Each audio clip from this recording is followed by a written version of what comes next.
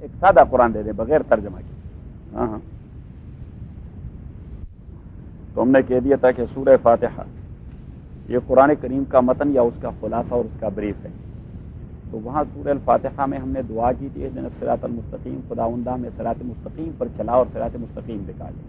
تو اس کا جواب رائٹ اوے آ گیا سب سے پہلی آیت میں کہ ذالک الکتاب، آپ صراط مستقیم چاہتے ہیں، یہ قرآن کریم ہی صراط مستقیم ہے، کوئی دوسرا تو ہو نہیں سکتا. تو گویا جیسے ہی آپ نے دعا کر دی اور وہ سورت ختم کر دیا تو دعا کی قبولیت آ گئی کہ ذالک الکتاب لارے ہوئے. پھر وہاں پہ 3 فرقوں کا تذکرہ تھا.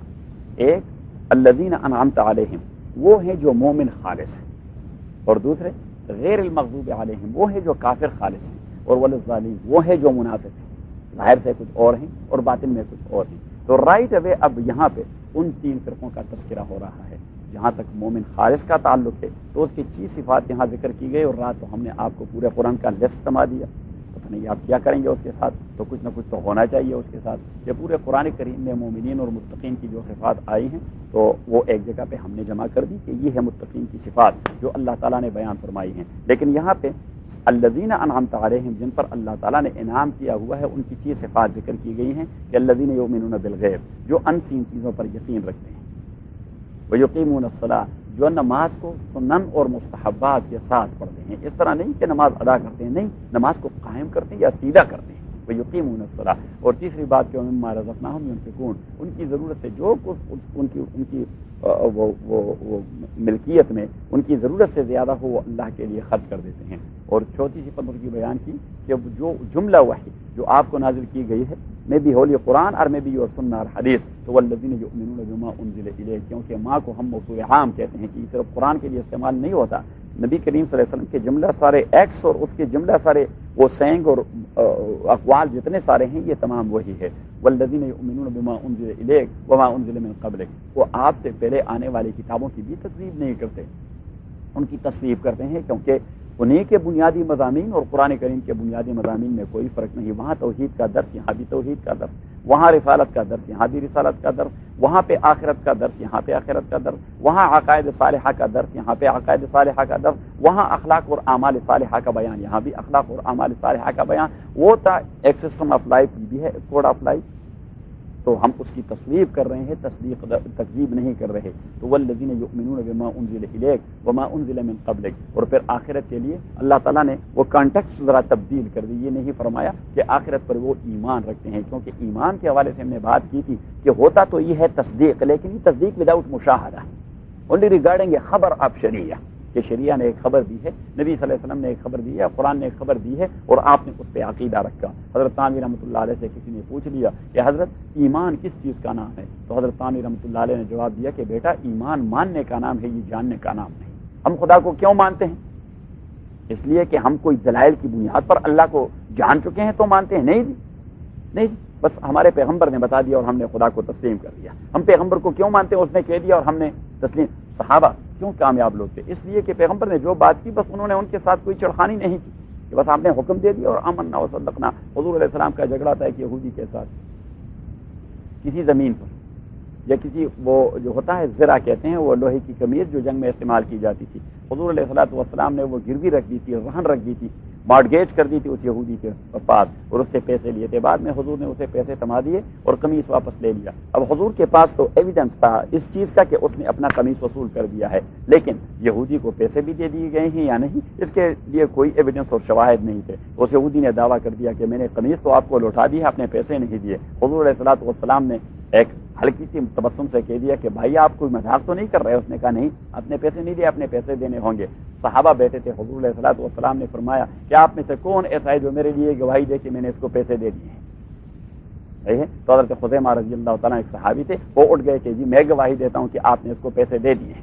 تو حضور علیہ الصلوۃ والسلام نے خود اس کی اس شہادت کو کاؤنٹر کر دیا، یا اسے کہتے ہیں ایگزامن دا وٹنسز.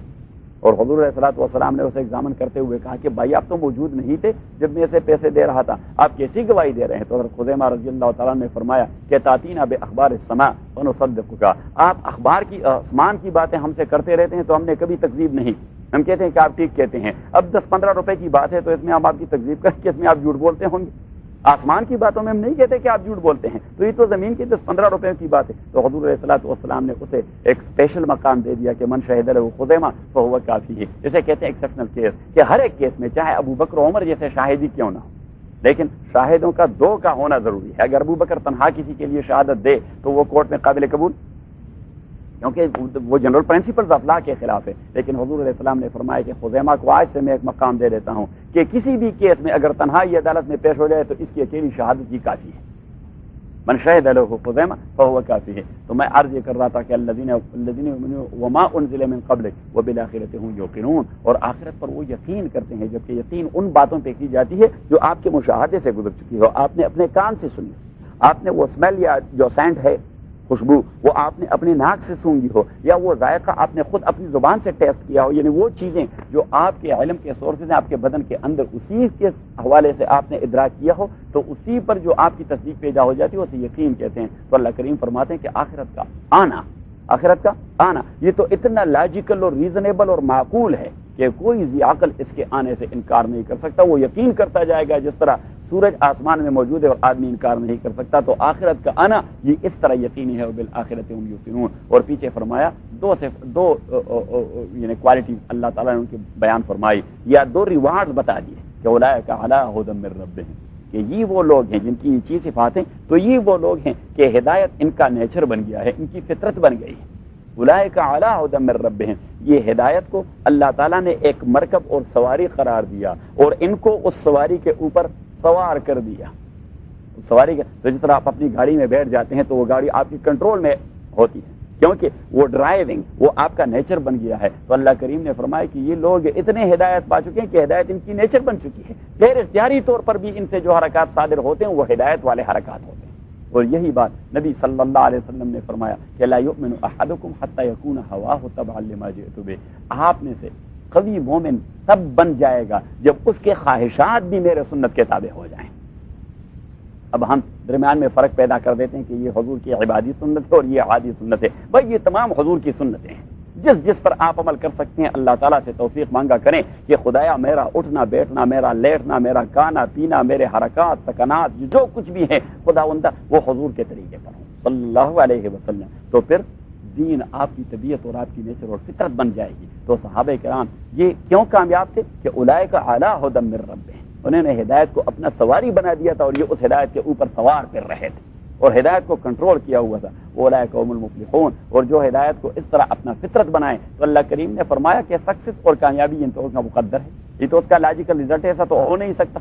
ان کانت الشمس طالعۃ فالنہار موجود، اگر سورج طلوع ہو گیا ہوگا تو دن آئی گئی ہوگی، ایسا تو نہیں ہو سکتا کہ سورج بھی طلوع ہو گیا ہو دن بھی نہ ہو، نہیں، جب سورج طلوع ہے تو اب وہ لوگ جو ہدایت ان کی فطرت بن چکی ہے تو سکسیس اور کامیابی اور فلاح اور نجات یہ تو ان کا لاجیکل رزلٹ ہے کہ انہیں ملتا جائے گا۔ تو اب یہ تو ہو گیا پہلا طبقہ الذین انعمت علیہم، وہاں پہ دوسرا طبقہ تھا غیر المغضوب علیہم، وہ لوگ جو مجاہر کافر ہیں، جہری کافر ہیں، ابو جہل اور ابو لہب جیسے جو برملا کفر کرتے ہیں۔ اور میں کبھی کبھار کہا کرتا ہوں کہ آدمی نے مومن بننا ہے، مومن بننا تو بالکل جہرن مومن بننا ہے، ظاہرن مومن بننا ہے، اور کافر بننا ہے تو ابو جہل جیسا باکردار کافر بننا ہے، عبداللہ ابن ابی جیسا منافقی اللہ کو بالکل پسند نہیں ہے، کیونکہ یہ منفی کریکٹر بھی کچھ کریکٹر تو ہوتا ہے، لیکن جو منافق ہوتا ہے اس کا کوئی کریکٹر نہیں ہوتا، کیونکہ اسے اپنے آپ کا بھی پتہ نہیں ہوتا کہ میں کیا کچھ ہوں۔ اور اس لیے نبی صلی اللہ علیہ وسلم نے فرمایا کہ ان اشر الناس یوم القیامت الذی یکون ذو الوجہین، قیامت کے دن سب سے ذلیل ترین آدمی وہ ہوگا جو دنیا میں اپنے 2 چہرے رکھتے ہوں، یلقى ھذا بوجہ و ھذا بوجہ، ایک سے ایک چہرے پر ملتا ہے اور دوسرے سے دوسرے چہرے پر ملتا ہے۔ تو حضور علیہ الصلوۃ والسلام نے اسے اشر الناس کہہ دیا، سپرلیٹو ڈگری یا مبالغے کی ڈگری کہہ دی، اور قرآن کریم نے بھی فرمایا کہ ان المنافقین فی الدرک الاسفل من النار، ان کا رتبہ تو فرعون اور ابو جہل سے گیا گزرا ہے، کیونکہ ابو جہل کا بھی کچھ کردار تو تھا، منفی کردار تھا، نیگیٹو کردار تھا، لیکن وہ اس پہ ڈٹا ہوا تھا، اس میں یہ جرأت تھی کہ وہ کہہ سکتا تھا۔ اب یہ منافق جو ہے یہ بظاہر کہہ نہیں سکتا، لیکن در پردہ وہ کافر بنا رہتا ہے، وہ دین کے خلاف سازشیں کرتا رہتا ہے، کنسپریسیز کرتا رہتا ہے، اور منافق کی دین کے لیے نقصان پہنچانا اور ضرر پہنچانا یہ کافر کے مقابلے میں بہت زیادہ ہے، کیونکہ کافر وہ تو آپ کو معلوم ہے کہ دین کا دشمن ہے، آپ اس سے بچے رہو گے، لیکن جو آدمی آپ کے صف میں گھسا ہوا ہے اس سے کس طرح بچے رہو گے؟ گھر کا بیدی ڈنکا ڈائے وہ تو بیڑا غرق کر دے گا، تو اس لیے اللہ کریم نے منافقین سے اجتناب اور احتضار کا سب سے بڑا درس دے دیا کہ آپ ان سے حذر میں رہیں. اور قرآن کریم میں جب غزوہ احد میں یہ لوگ منافقین نبی صلی اللہ علیہ وسلم کے ساتھ نہیں گئے تو کچھ صحابہ نے کہہ دیا کہ اگر یہ لوگ ہمارے ساتھ ہوتے تو آج ہمیں یہ شکست نہ کھانی پڑتی. اللہ کریم نے فرمایا کہ نہیں، لو کانوا فیکم ما زادوکم الا خبالا، لو کانوا فیکم ما زادوکم الا، اگر یہ وہاں احد میں آپ کے صفوں میں ہوتے تو آپ کے لیے مزید مصیبت پیدا کرتے. شکر کریں کہ یہ راستے سے واپس ہو کے آئے. تو اب دوسرا طبقہ وہ ہے کافر مجاہر کا، جو کلم کلا کافر ہے اور اپنے کفر کا اظہار کر رہا ہے. قرآن کریم سورہ الفاتحہ میں اسے المغضوب علیہم کے لقب سے یاد کیا گیا کہ ان پر اللہ کا غضب کیا گیا ہے، یہ اللہ کے غضب کے مستحق ہیں. تو یہاں پہ قرآن کریم میں اب اس طبقے کا ذکر ہو رہا ہے، ان الذین کفروا سواء علیہم. ان اسے ہم حرف تحقیق کہتے ہیں، الذین کو موصول کہتے ہیں، اور کفروا یہ ماضی کا صیغہ ہے غائب کا اور جمع کا. جمع غائب پہلے ماضی معلوم، ایکٹیو وائس ہے پاسٹ ٹینس کا. ان الذین تحقیق وہ لوگ کفروا جو کفر کر چکے ہیں. اب کفر کا لغوی معنی کیا ہے؟ تو کفر کا لغوی معنی ہے کسی چیز کو چھپا دینا. اس لیے قرآن کریم میں یہ جو زمین کاشتکار ہوتے ہیں انہیں بھی کفار کہا گیا ہے.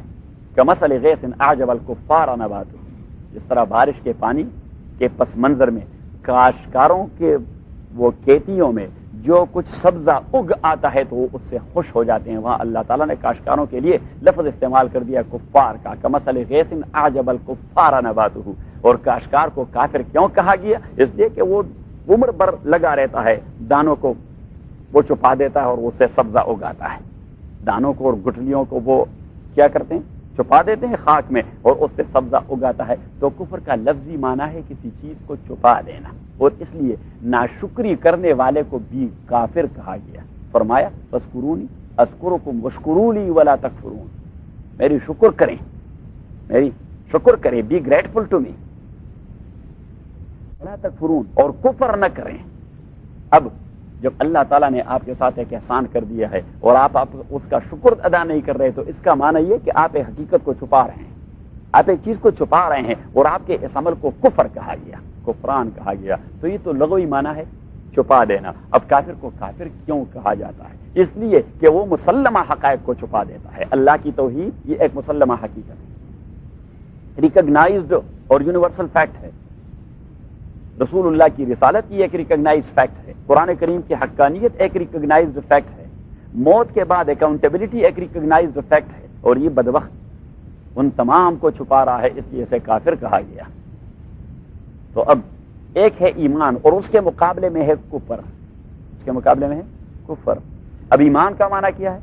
ایمان کا معنی ہے التصدیق بجمیع ما جاء به النبی صلی اللہ علیہ وسلم، کہ رسول پاک جو کچھ شریعت اللہ کی جانب سے لے آیا اسی کی تصدیق کرنے کا نام کیا ہے؟ ایمان. اسی کی تصدیق کرنے، اسے سچا ماننے کا نام کیا ہے؟ ایمان. اب ان تمام چیزوں کا یا اسی کے کسی حصے کی تکذیب کرنے کا نام ہے کفر. اب ایمان کے لیے تو شرط یہ کہ تمام کی تصدیق کرے، لیکن کفر کے لیے یہ شرط نہیں کہ تمام کی تکذیب کرے. کفر کے حوالے سے اگر آپ نبی پاک صلی اللہ علیہ وسلم کے لائے ہوئے کسی ایک چیز سے بھی انکار کر دے تو آپ کافر بن جاتے ہیں. کہ ایمان تقسیم قبول نہیں کرتا جبکہ کفر تقسیم قبول کر دیتا ہے. ایمان تقسیم قبول نہیں کرتا، بس آدمی یا مومن ہوتا یا نہیں ہوتا. آدمی یا مومن ہوتا ہے، ایسا نہیں ہو سکتا کہ یہ 5% مومن ہے اور 95% غیر مومن ہے. نہیں، بس یہ 100% یا مومن ہو گیا، 100% غیر مومن ہوگا. صحیح ہے. جبکہ کفر کے مدارج ہوتے ہیں، کفر کے مدارج ہوتے ہیں. اب دیکھیے یہ جو عیسائی تھے اللہ کریم نے انہیں کافر کہہ دیا کہ لقد کفر الذین قالوا ان اللہ هو المسیح ابن مریم. لقد کفر الذین، حالانکہ وہ آخرت کو بھی مانتے تھے، وہ جنت اور دوزخ کو بھی مانتے تھے، اکاؤنٹیبلٹی کو بھی مانتے تھے، رسالت کو بھی مانتے تھے، انجیل اور گوسپل کی بھی مانتے تھے اور آج تک مانتے ہیں. لیکن اللہ کریم نے فرمایا کہ ایک چیز میں انہوں نے خباثت کر دی کہ حضرت عیسیٰ کو خدا کہہ دیا یا خدا کا بیٹا کہہ دیا. تو اللہ نے کہا کہ کفر، یہ کھاتے ہو گئے ہیں. لقد کفر الذین قالوا ان اللہ هو المسیح ابن مریم اور لقد کفر الذین قالوا ان اللہ ثالث ثلاثہ. وہ جو ٹرینٹی کے قائل ہیں اللہ کریم نے فرمایا وہ بھی کافر، وہ بھی کافر. اور جو حضرت عیسیٰ کے الوہیت کے قائل ہیں وہ بھی کافر. لقد کفر الذین قالوا ان اللہ ثالث ثلاثہ. تو اب کفر نام ہے مسلمہ حقائق کو چھپانے کا. ان الذین کفروا، تحقیق وہ لوگ جو کفر کر چکے ہیں. سواء علیہم انذرتہم ام لم تنذرہم لا یؤمنون. سواء برابر ہے، علیہم ان کے لیے، سواء برابر ہے علیہم ان کافروں کے لیے انذرتہم اگر آپ اسے وان کرتے ہیں یا نہیں وان کرتے، اللہ کے عذاب سے ڈراتے ہیں یا نہیں ڈراتے، انہیں کوئی فائدہ نہیں ہوتا، وہ نیوٹرل ہو چکے ہیں۔ جب چیز نیوٹرل ہو جائے تو پھر وہاں وہ کرنٹ نہیں لگتی۔ اب 11,000 وولٹیج کی بجلی کا کرنٹ بھی لگا دے تو وہ چیز وہ رسٹڈ ہو چکا ہے، اس کا زنگ لگ گیا ہے، کیا کہتے ہیں آپ کی انجینئرنگ، پھر اسے کرنٹ نہیں لگتی فرماتے ہیں، کیونکہ وہ بیسٹ انسولیٹر نہیں ہوتے نا، صحیح ہے۔ تو کہتے ہیں کہ ان الذین کفروا سواء علیہم، تحقیق وہ لوگ جو کفر کر چکے ہیں یا کافر بن چکے ہیں، سواء علیہم برابر ہے ان کے لیے، انذرتہم ام لم تنذرہم اگر آپ انہیں ڈرائے اللہ کے عذاب سے یا نہ ڈرائے اللہ کے عذاب سے۔ اب انذار کا ہمیشہ ہم یہ معنی کرتے ہیں ڈرانا، نذیر کا معنی کرتے ہیں اللہ کے عذاب سے ڈرانے والا، جبکہ یہ ایکچولی اس کا معنی ہے نہیں۔ انذار کا لفظ عربی، لغت عربی میں انذار کا اصل معنی ہے کسی کو اس کے اعمال یا عقائد کے بیڈ کانسیکوینسز کے متعلق انفارم کرنا۔ پیغمبر کی جو یہ صفت ہے کہ وجاءکم النذیر، آپ کے پاس نذیر آیا، آپ کے پاس نذیر آیا مینز کہ وہ آپ کے برے عقیدے اور آپ کے برے عمل کے بیڈ اور ورس کانسیکوینسز سے آپ کو مطلع کر دیتا ہے کہ اس عقیدے کا لازمی نتیجہ کیا ہوگا، اس عمل کا منطقی رزلٹ کیا ہوگا۔ لیکن چونکہ وہ جو آپ کو اطلاع دے دیتا ہے تو دوزخ کا دے دیتا ہے، عذاب کا دے دیتا ہے، تو اس لیے وہ لازمی معنی ہم لے لیتے ہیں کہ ڈرانے والا۔ تو سواء علیہم انذرتہم ام لم تنذرہم لا یؤمنون برابر ہے ان کے لیے کہ آپ یہ انفارم کرتے ہیں اللہ کے عذاب کے متعلق یا نہیں انفارم کرتے، لا یؤمنون وہ ایمان نہیں لاتے۔ اب یہاں پہ ایک بات کہ اس کے بعد بھی رسول اللہ صلی اللہ علیہ وسلم ابو جہل کو بھی ڈراتا رہا، اسے بھی ایمان کی دعوت دیتا رہا، اس نے یہاں بس نہیں کیا کہ سورہ بقرہ کی آیت نازل ہو چکی ہے بس میں نے اب کفار کو دعوت نہیں دینی، کیونکہ ان کے متعلق تو اللہ نے کہہ دیا کہ ایمان لاتے نہیں، ابو لہب ایمان لائے گا نہیں، ابو جہل ایمان لائے گا نہیں، فلاں اور فلاں کافر عتبہ اور شیبہ اور ولید یہ ایمان لاتے نہیں رہیں گے۔ تو نبی صلی اللہ علیہ وسلم نے اپنے دعوت کو سٹاپ نہیں کیا، کیونکہ یہاں پہ ایک لفظ ہے علیہم، یہ قرآن کریم کا جو لفظ ہے علیہم یہ کمبینیشن ہے علا اور ہم کا، علا اور ہم کا، ہم یہ ضمیر ہے جمع غائب کا، اردو میں اس کا ترجمہ ہوتا ہے ان، اور انگریزی میں اس کا ترجمہ ہوتا ہے دوز۔ اب یہ دوز اور ہم یہ ان کفار کے لیے ضمیر کا استعمال کیا گیا ہے، تو اللہ کریم نے فرمایا کہ ان کے لیے آپ کی انفارمیشن اور عدم انفارمیشن اور نہ انفارمیشن، اطلاع دینا یا نہ دینا، اللہ کے عذاب سے ڈرانا یا نہ ڈرانا، یہ ان کے لیے برابر، جبکہ آپ کے لیے برابر نہیں۔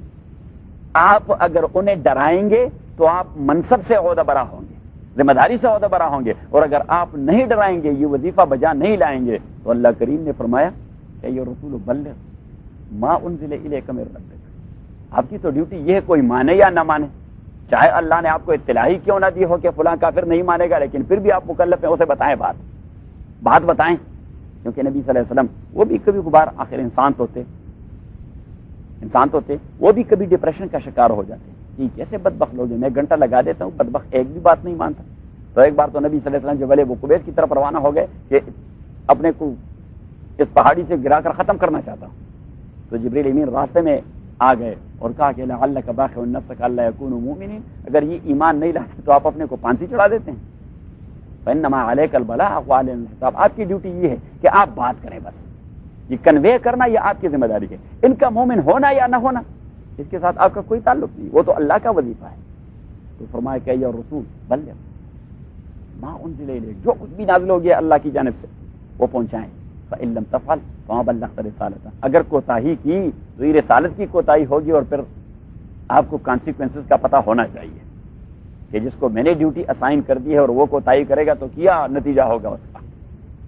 اب نبی صلی اللہ علیہ وسلم کے ذہن میں آیا کہ اوف یہ تو فریضہ ہے، مینڈیٹری اور اوبلیگیٹری ہے، اب میں نے کرنا ہے، لیکن لوگ پورا معاشرہ خلاف ہے، تو اللہ کریم نے فرمایا واللہ یعصمک من الناس، جب اللہ نے کسی کو بچانا ہوتا ہے پوری دنیا اس کی مخالف اس کا ایک بالدی بھی کا نہیں کر سکتی، تو آپ لگے رہیں۔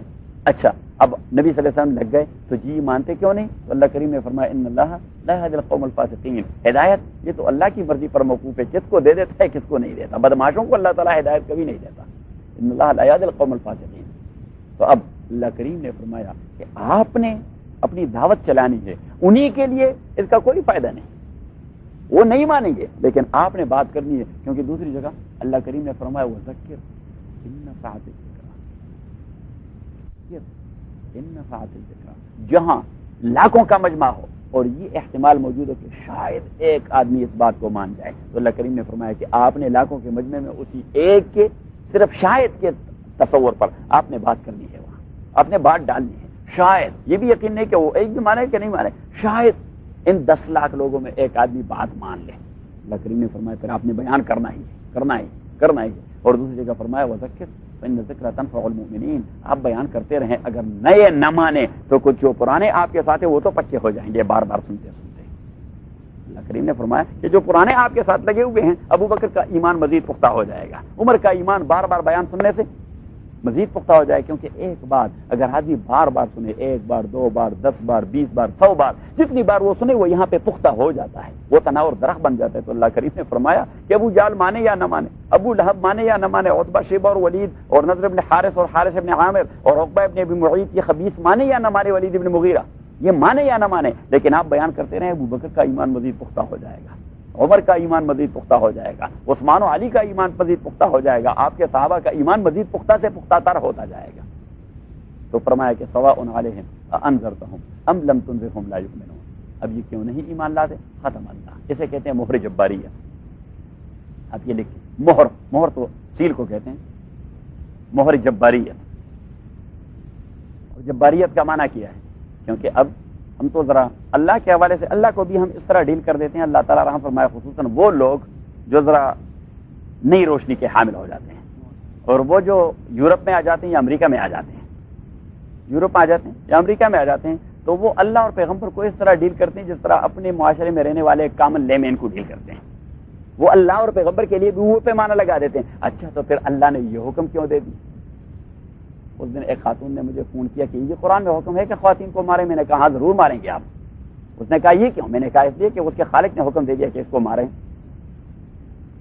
اس کے خالق نے حکم دے دیا کہ اس کو ماریں۔ میں نے کہا کہ آپ پہ بھی مغرب کا اثر ہو چکا ہے اور آپ کہتی ہیں کہ میں نمازیں بھی پڑھتی ہوں، سب کچھ کرتی ہوں۔ میں نے کہا جب آپ سب کچھ کرتی ہیں تو دین کا معنی یہ ہے کہ آپ سب کچھ کرنے کے باوجود اگر اللہ آپ کے شوہر سے کہے کہ اسے تپڑ ماریں تو آپ برضا و رغبت بی پراؤڈ آف یور دین and be proud of the commandment of Allah سبحانہ و تعالی، جیسے تپڑ ماریں۔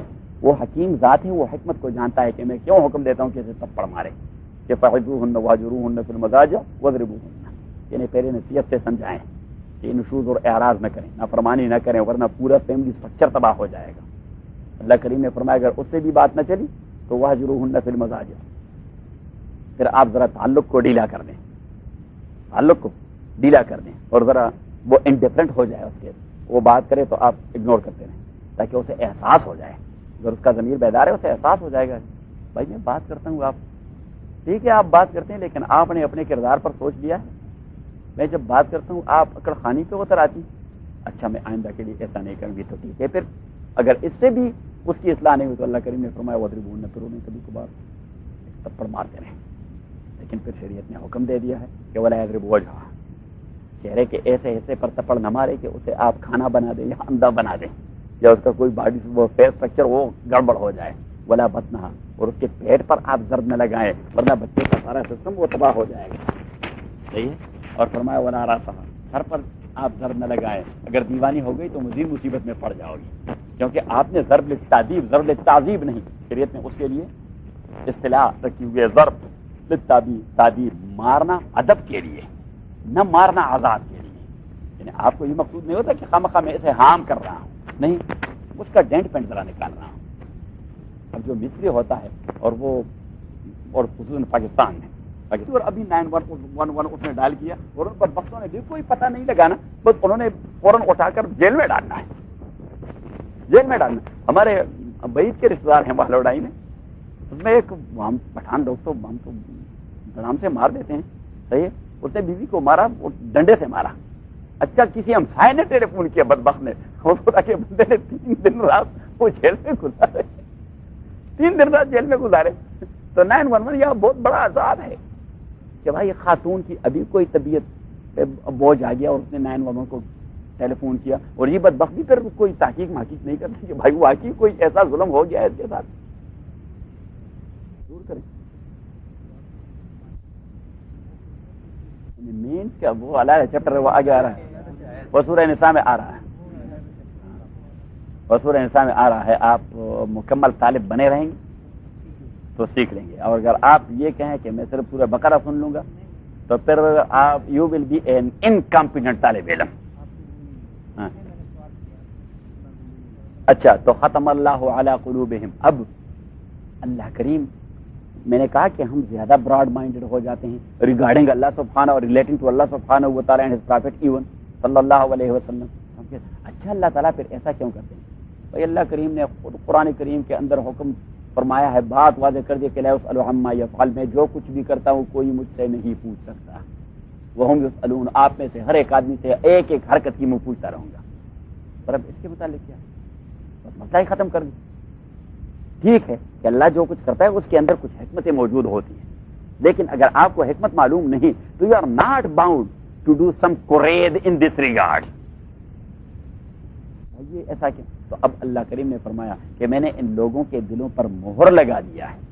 تو جب اللہ نے خود ہی سیل لگا دیا ہے، خود ہی سیل لگا دیا ہے، اور انہیں دوزخ میں پھینکا جائے گا، اور نبی صلی اللہ علیہ وسلم سے کہہ دیا کہ آپ کا انذار اور ڈرانا بھی انہیں کوئی فائدہ نہیں دیتا.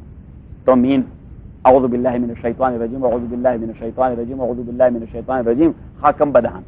اللہ تعالیٰ معاف فرمائے کہ مینز کے پھر تو اللہ تعالیٰ زیارت ہی کر رہا ہے، اللہ تعالیٰ ظلم کر رہا ہے. بھائی ایک آدمی اپنی پراپرٹی میں جو بھی تصرف کرے کوئی اسے نہیں کہتا کہ یہ آپ ظلم کر رہے ہیں. اب میری زمین کا ہے کہ سید رتانی رحمۃ اللہ علیہ نے بیان القرآن کے اندر لکھا ہے کہ میری زمین ہے 1 کنال، 10 مرلے پر میں گندگی کا ڈھیر لگا دیتا ہوں اور 10 مرلے میں مسجد بنا دیتا ہوں. اب میری اس پراپرٹی کو 10 مرلے کو کوئی حق پہنچتا ہے کہ وہ مجھ سے کہہ دے کہ اس خطے کو آپ نے مسجد کے لیے اور سجدوں کے لیے کیوں مختص کر دیا اور مجھ پہ گندگی کے ڈھیر کیوں ڈال دیے؟ بھائی آئی ایم دا مالک، I am the owner, I have all the right to do what I did. جو کچھ میں نے کہہ دیا میں. اب جب اللہ تعالیٰ تمام چیزوں کا مالک ہے، ہمارا یہ عقیدہ نہیں بنتا، ہمارا سب سے پہلے یہ عقیدہ نہیں بنتا کہ اللہ ہی is the creator, Allah he is the رب and lord and he is the مالک and the owner and we are the servant and slave. اور سلیو اسے کوئی حق نہیں پوچھتا کہ اپنے مالک سے پوچھا کریں آپ مجھے کیوں فروخت کر رہے ہیں، آپ مجھے لیز پر کیوں دے رہے ہیں، آپ مجھے یہ کام کیوں لے رہے ہیں. جب آپ نے ایک بار سلیو کا کنسپٹ ایڈمٹ کر دیا ہے تو یہ no any right to do any objection. آپ کو پھر آبجیکشن کا حق ہی نہیں پہنچتا. اور یہ تو انسان اور انسان کے اسلیو کا مسئلہ ہے، جبکہ ہم سارے اللہ کے اسلیو ہیں. اتنی سپیریئر اتھارٹی سے کوئی پوچھ سکتا ہے؟ نہیں پوچھ سکتا. یہاں دنیا میں دیکھے دنیا کے قوانین میں، جبکہ ایسا ہے نہیں شریعت میں ایسا نہیں. ایک عام آدمی ہوتا ہے حضرت عمر سے پوچھتا ہے رضی اللہ تعالیٰ عنہ کہ آپ نے یہ قمیض کہاں سے بنائی ہے، جبکہ ہمیں تو غنیمت کے کپڑوں میں سے ایک چادر مل گیا کہ قمیض تو 2 ٹکڑوں سے بنی ہوئی ہے. حضرت عمر رضی اللہ تعالیٰ نے فرمایا کہ یہ میرا بیٹا عبداللہ جواب دے دے گا. عبداللہ ابن عمر اٹھ گیا، اس نے کہا کہ میں نے اپنے ابو کے اپنے حصے کا چادر دے دیا ہے، کیونکہ میں بھی تو جہاد میں شامل تھا، صرف میرے ابو تو نہیں تھے، میں بھی شامل تھا، اور ابو کے کپڑے ٹھیک نہیں تھے اور وہ غیر ملکی وفود سے ملتا رہتا ہے، تو ایک چادر اس کو اپنا حصہ مل گیا تھا، ایک میں نے دے دیا، ایک میں نے دے دی. اب وہ آدمی اس نے جو سوال کیا تھا اس نے کہا خدا کی قسم عمر، خدا کی قسم او خلیفہ، میں آپ کو تمام دنیا اور تمام لوگوں سے بہتر مسلمان سمجھتا ہوں، لیکن میں ذرا نئے آنے والے مہمانوں کے ذہن میں یہ بات ڈالنا چاہتا تھا کہ ہمارا خلیفہ بھی کبھی ظلم نہیں کرتا، ایک دھاگے کا ظلم نہیں کرتا. ورنہ مجھے یقین تھا کہ یہ دوسری چادر آپ کو حضرت عبداللہ کی مل گئی تبھی آپ کو مل. تو شریعت میں تو ایسا نہیں، لیکن آج پوری دنیا میں ایک انڈرسٹوڈ لا ہے، کانسٹیٹیوشن میں ایک کنسپٹ ہے، اسے کہتے ہیں law of immunity. Law of immunity وہ ہیڈ آف دی اسٹیٹ یا ہیڈ آف دی گورنمنٹ کو کچھ تحفظات دے دیتی ہے، کچھ تحفظات دے دیتی ہیں کہ آپ پریزیڈنٹ کو کورٹ آف لا میں نہیں جا سکتے. That's called law of immunity. اسی کی طرف سے ایڈوکیٹ جنرل یا اٹارنی جنرل پیش ہوتا جائے گا. وزیر اعظم کی طرف سے ایڈوکیٹ جنرل یا attorney general on behalf of the government یا آن بہاف آف دی اسٹیٹ. وہاں نام بھی وزیر اعظم کا اور صدر کا نہیں ہوتا، آن بہاف آف دی گورنمنٹ. جب وزیر اعظم کو ریپرزینٹ کرتا ہے تو کیا کہتا ہے؟ آن بہاف آف دی گورنمنٹ. اور جب صدر کو ریپرزینٹ کرتا ہے اٹارنی جنرل تو وہ کہتا ہے آن بہاف آف دی اسٹیٹ، کہ اسٹیٹ کی.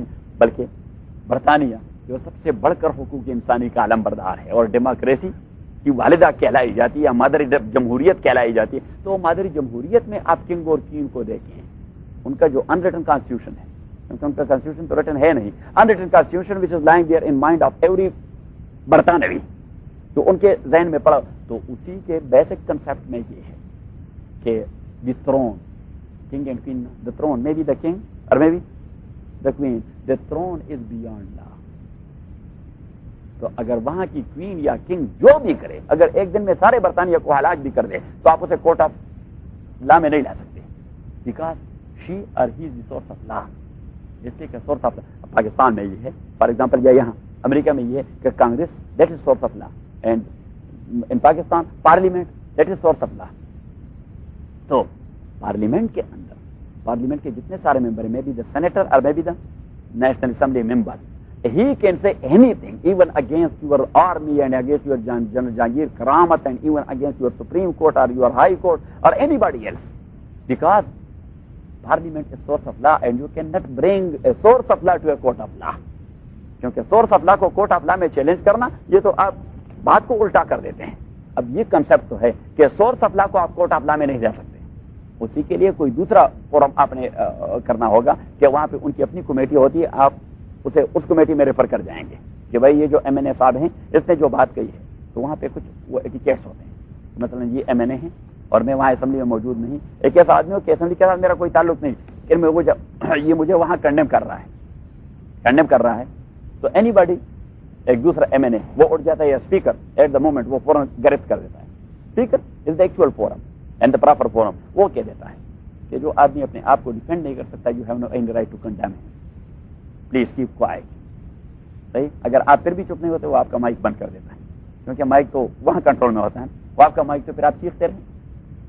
صحیح ہے، تو اسے لیکن اب وہاں آپ نے جو بھی بکواس کی، اس بکواس کو کوئی کورٹ آف لا میں نہیں لے جا سکتا، because you are standing under the roof of the parliament, اور roof of the parliament and the people representing the public اور the people representing their constituency in the parliament, they are behind لا.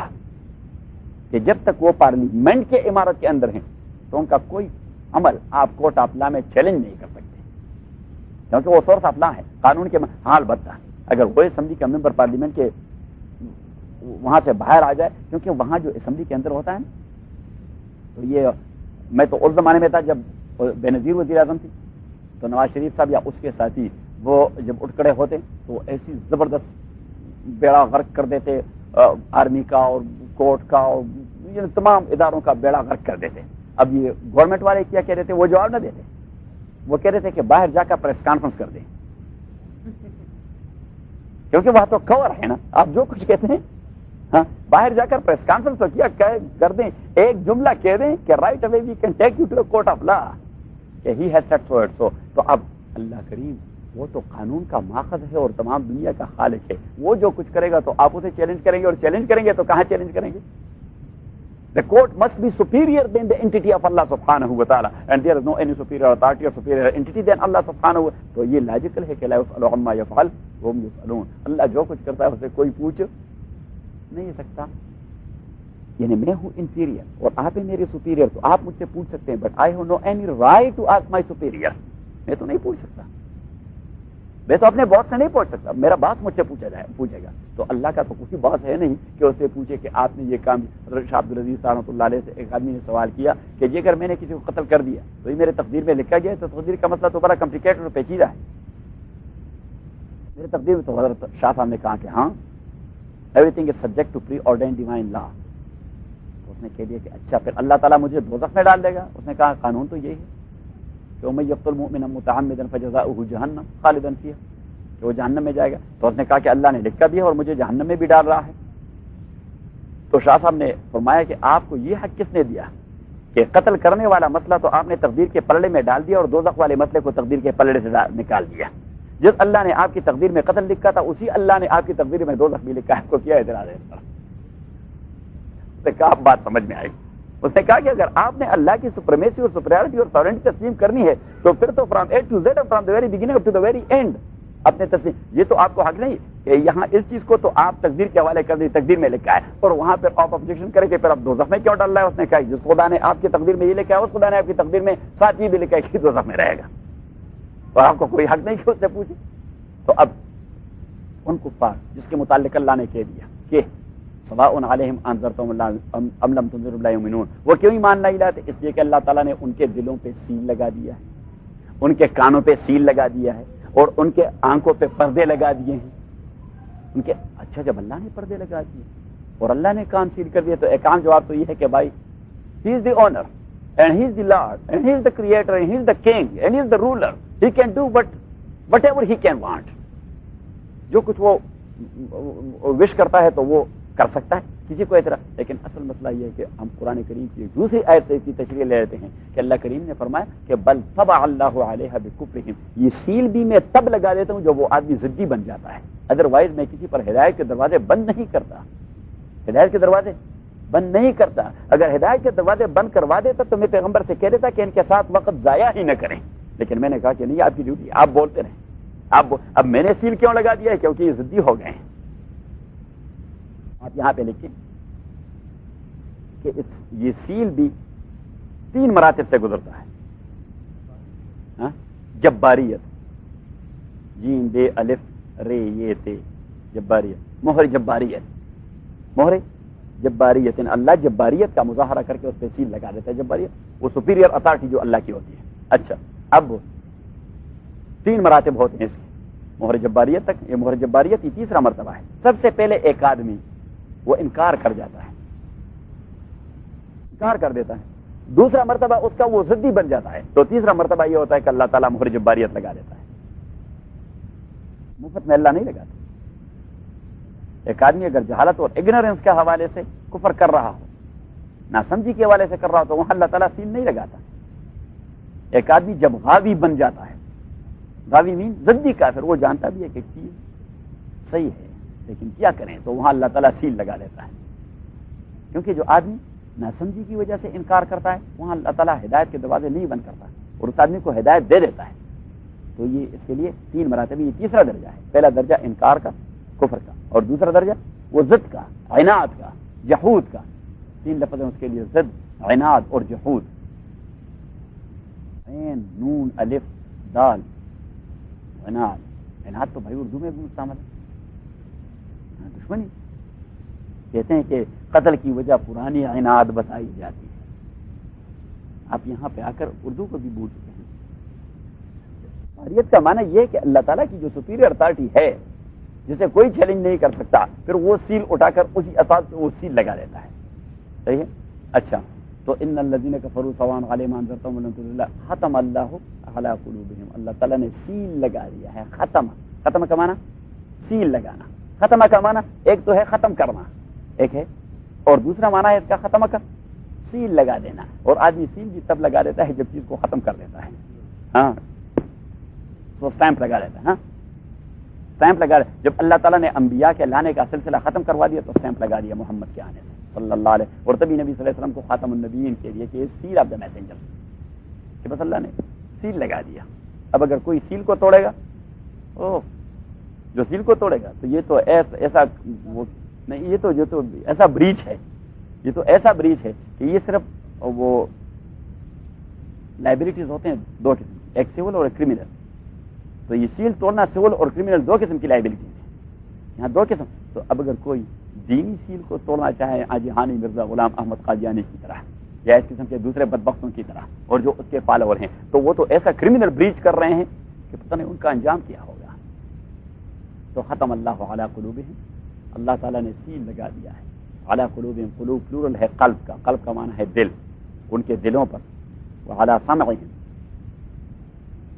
یہ مصدر ہے جس کا معنی ہے سننا, لفظی معنی اس کا ہے سننا.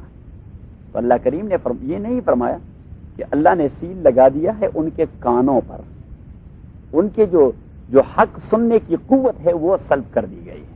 وعلی سمعہم, ان کے سننے والی قوت پہ سیل لگا دیا ہے کہ وہ حق کو سنتے نہیں. علی ابصارہم, ابصار جمع ہے بصر کا, جمع ہے بصر کا, اور بصر کا معنی ہے دیکھنا, اور ان کے دیکھنے کی قوت پہ پردے ہیں. غشاوہ کا معنی پردہ. وعلی ابصارہم, اور ان کے دیکھنے کی قوتوں پر, اب غشاوہ پردہ ہے, مین کہ ان کی آنکھوں پر پردہ لگا دیا گیا ہے. یہ اسپرچول قسم کا پردہ ہوتا ہے, ویزیبل نہیں ہوتا, میٹیریل نہیں ہوتا. وَلَهُمْ عَذَابٌ عَظِيمٌ, اور ان کے لیے عذاب ہے عظیم, بہت بڑا.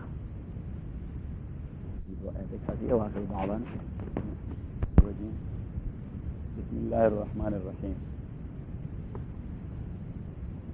ہم نے پرسوں ذکر کیا تھا کہ سورہ فاتحہ کے اندر 3 فرقوں کا تذکرہ ہے.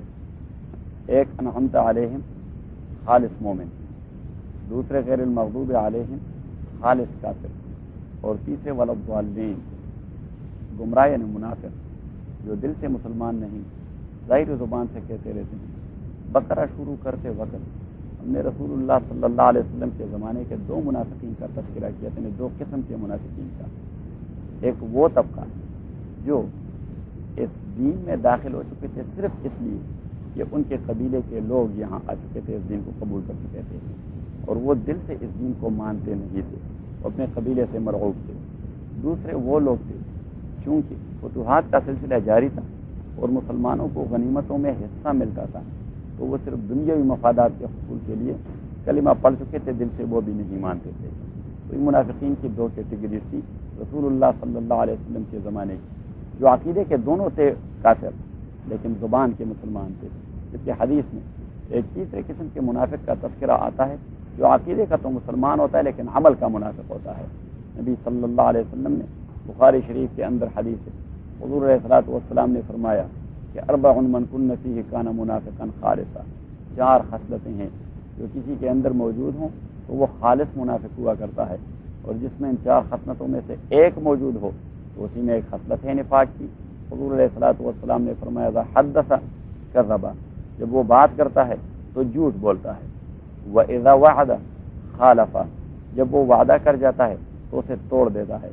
واذا اؤتمن خان، جب اسے کچھ امانت سپرد کی جاتی ہے تو اس میں خیانت کر دیتا ہے. واذا خاصم فجر، جب آپ کے ساتھ اس کے اختلافات پیدا ہو جاتے ہیں تو وہ تمام چیزوں کو بے حیائی کے انداز سے آپ کے خلاف پروپیگیٹ کرتا ہے، اتنا فسق و فجور کہہ دیتا ہے آپ کے خلاف کہ کسی انسان سے اس کی توقع نہیں ہوتی. کیونکہ شریعت اسلامیہ میں اگر کسی کے ساتھ آپ کے اختلافات بھی ہوں تو اختلافات بھی انسانی بنیادوں پر ہونے چاہیے، اور انہیں ٹریٹ اور ڈیل کرنا ہے انسانی اساس پر، نہ یہ کہ جو زبان پہ آئے تو اپنے مخالف کے خلاف کہتا رہے، جو کچھ منہ پہ آئے تو اپنے مخالف کے خلاف. نبی صلی اللہ علیہ وسلم نے فرمایا کفا بالمرء کذبا ان یحدث بکل ما سمع. اللہ کے نزدیک اللہ کے اور یہ بات بڑی وزندار ہے کہ اللہ کے نزدیک اللہ کے رجسٹر میں کسی کے جھوٹا لکھنے کے لیے یہ کافی ہے کہ اس نے جو کچھ سنا بس اسے روایت کرتا رہا، اسے نقل کرتا رہا تحقیق کیے بغیر. کہ قرآن کریم کے اندر حکم ہے ان جاءکم فاسق بنبأ فتبینوا، اگر آپ کو کسی نے کوئی اطلاع دے دی تو اللہ کریم نے فرمایا کہ اس طرح انٹی تقلید کے اساس پر اسے پروپیگیٹ نہ کرتے رہیں، فتبینوا، تحقیق کرتے رہیں اس کے متعلق، یعنی آپ تحقیق کیے بغیر کسی بات کو مشتہر نہ کروائیں. تو حضور علیہ الصلوۃ والسلام نے منافقین کی 4 خصلتیں بیان فرمائی. تو سورہ بقرہ کے اندر ان 3 طبقوں کا ذکر تھا، مومن خالص، کافر خالص اور منافق. اور سورہ البقرہ بالکل اپنی تمہید میں ان 3 فرقوں کے کوالٹیز ذکر کر رہا ہے. مومن خالص کی کوالٹیز بیان کر دی کہ الذین یؤمنون بالغیب ویقیمون الصلاۃ ومما رزقناہم ینفقون والذین یؤمنون بما انزل الیک وما انزل من قبلک وبالآخرۃ ہم یوقنون. اور پھر ان کے لیے نوید اور بشارت بھی سنائی کہ ہدایت انہی لوگوں کا نیچر بن گیا ہے اور یہی لوگ فلاح اور نجات اور سکسیس پانے والے ہیں. یہی ہے مومن خالص سورہ فاتحہ کے اندر جنہیں انعمت علیہم کے ٹائٹل سے ذکر کیا گیا. جبکہ دوسرا طبقہ ہے وہ کافر خالص کا، بقرہ کے اندر انہیں مغضوب علیہم کہا گیا، جبکہ یہاں قرآن کریم سورہ البقرہ میں ان کی کیٹیگری یہ بیان کرتا ہے کہ ان الذین کفروا سواء علیہم اانذرتہم ام لم تنذرہم لا یؤمنون. گویا سب سے بدترین کافر وہ ہوتے ہیں جو ضدی اور عنادی بن جاتے ہیں، کیونکہ 2 قسم کے مخالف ہوا کرتے ہیں.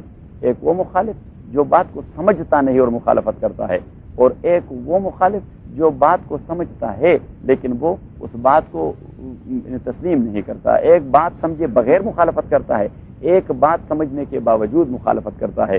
تو یہ کفار مکہ جو تھے یہ بات کو سمجھ چکے تھے لیکن سمجھنے کے باوجود وہ اس کی مخالفت کرتے رہے. بہت سارے کافر ایسے تھے. ولید ابن مغیرہ یہ ایک بہت بڑے کافر تھے، اور بہت بڑے ایسے کافر کہ حضرت خالد رضی اللہ تعالیٰ عنہ کے والد تھے، اور اس کے 12 نوجوان بیٹے تھے، اور بہت بڑے سرمایہ دار اور بہت بڑے بزنس مین تھے. یعنی مکہ معظمہ کے سب سے بڑے بزنس مین تھے ولید ابن مغیرہ. تو یہ نبی پاک صلی اللہ علیہ وسلم کے پاس آئے، حضور علیہ السلام سے کہہ دیا کہ آپ ذرا مجھے اپنا کلام سنائیں قرآن کریم، میں ذرا سوچ لیتا ہوں اس پہ. تو نبی صلی اللہ علیہ وسلم نے ایک صورت سنائی تو یہ اس طرح سوچتا رہا جی، اور پھر حضور علیہ السلام کو دیکھا، پھر دوسری بار سوچا، اور پھر نبی صلی اللہ علیہ وسلم سے کہہ دیا کہ واقعی یہ کلام کوئی ساحرانہ کلام ہے، دل و دماغ پہ اثر کرتا ہے، اگر آدمی دل گردے پر ہاتھ نہ رکھے تو فوراً گمراہ ہو جاتا ہے۔ اب اٹ مینس کہ وہ سمجھ رہا تھا کہ یہ چیز حق ہے، لیکن ہم اپنی سرمایہ داری اور سرداری کو کیسے چھوڑ دیں۔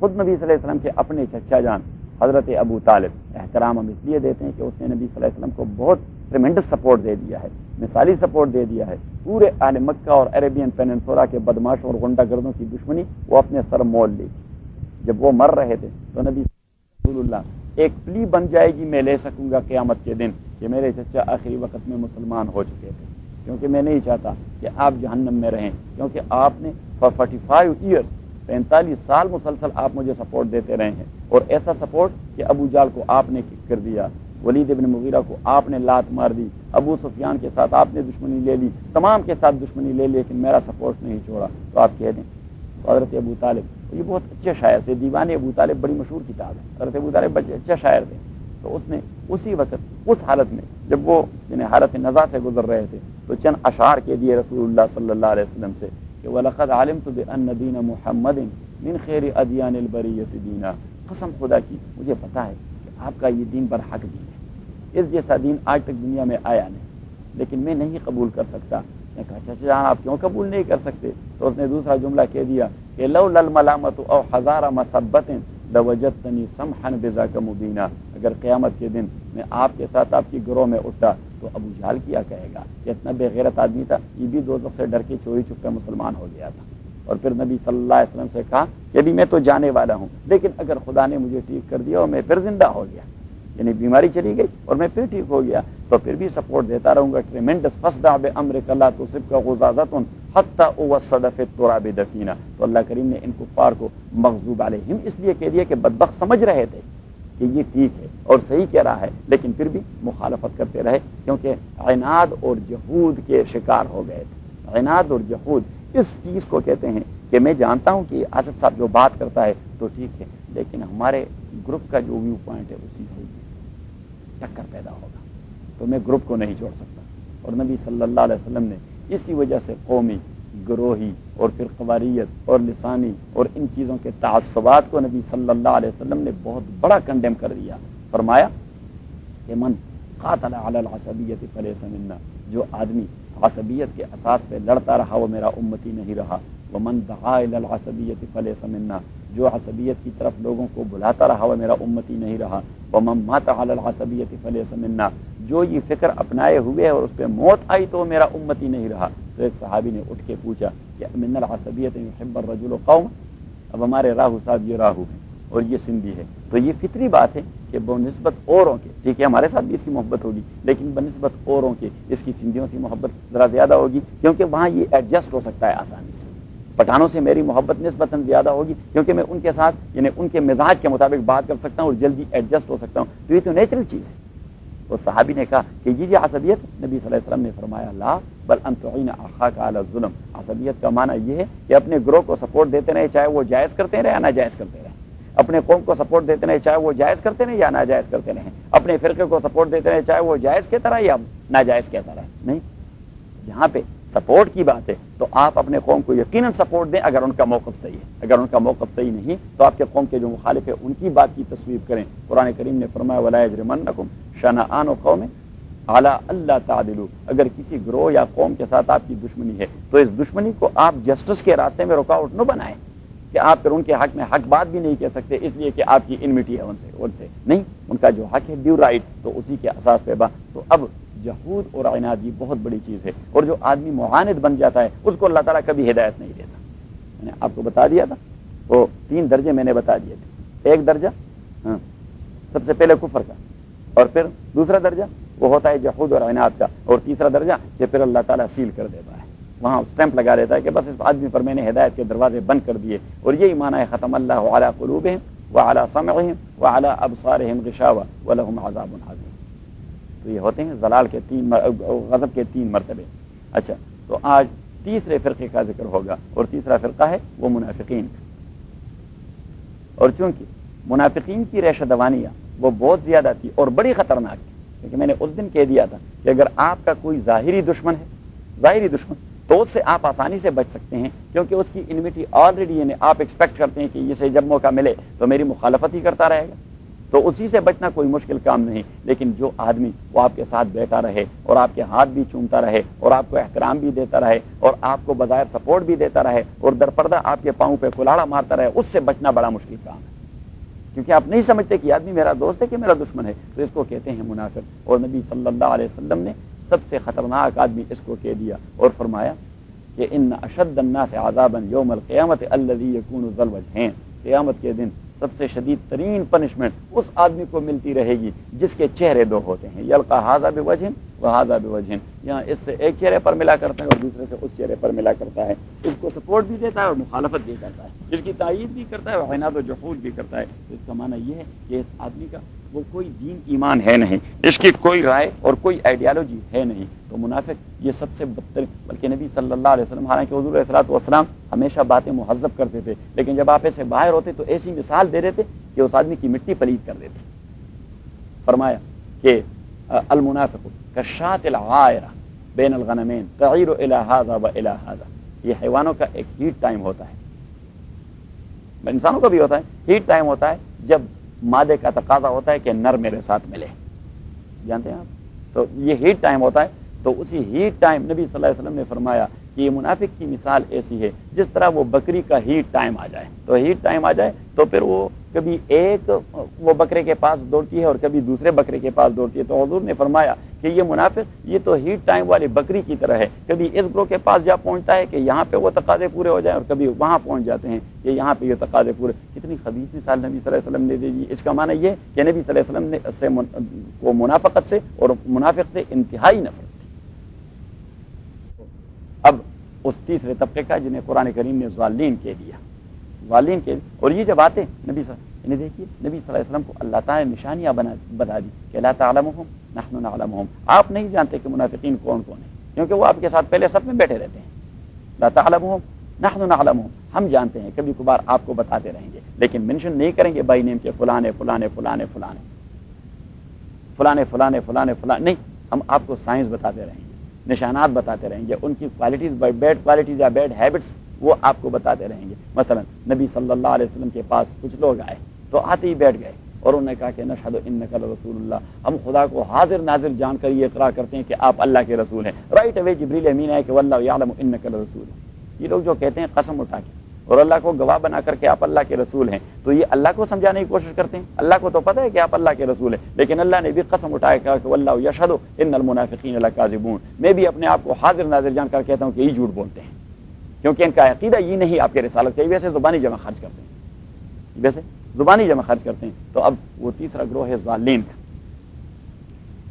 من الناس من يقول آمنا بالله وباليوم الآخر وما هم بمؤمنين ومن الناس، اور بعض لوگ ہیں لوگوں سے، ومن الناس من یقول، اور بعض لوگ ایسے ہیں من یقول جو زبانی طور پر کہتے ہیں آمنا باللہ کہ ہم ایمان لا چکے ہیں اللہ تعالیٰ پر، وبالیوم الآخر اور ایمان لا چکے ہیں روز آخرت پر۔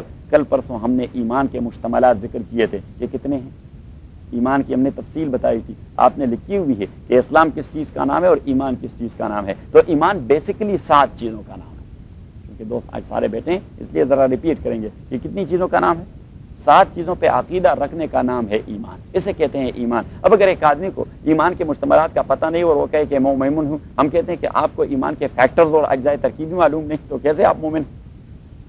تو ایمان کا معنی ہے ایمان باللہ، اللہ پہ ایمان رکھنا۔ اب اللہ پہ ایمان رکھنے کا کیا معنی ہے؟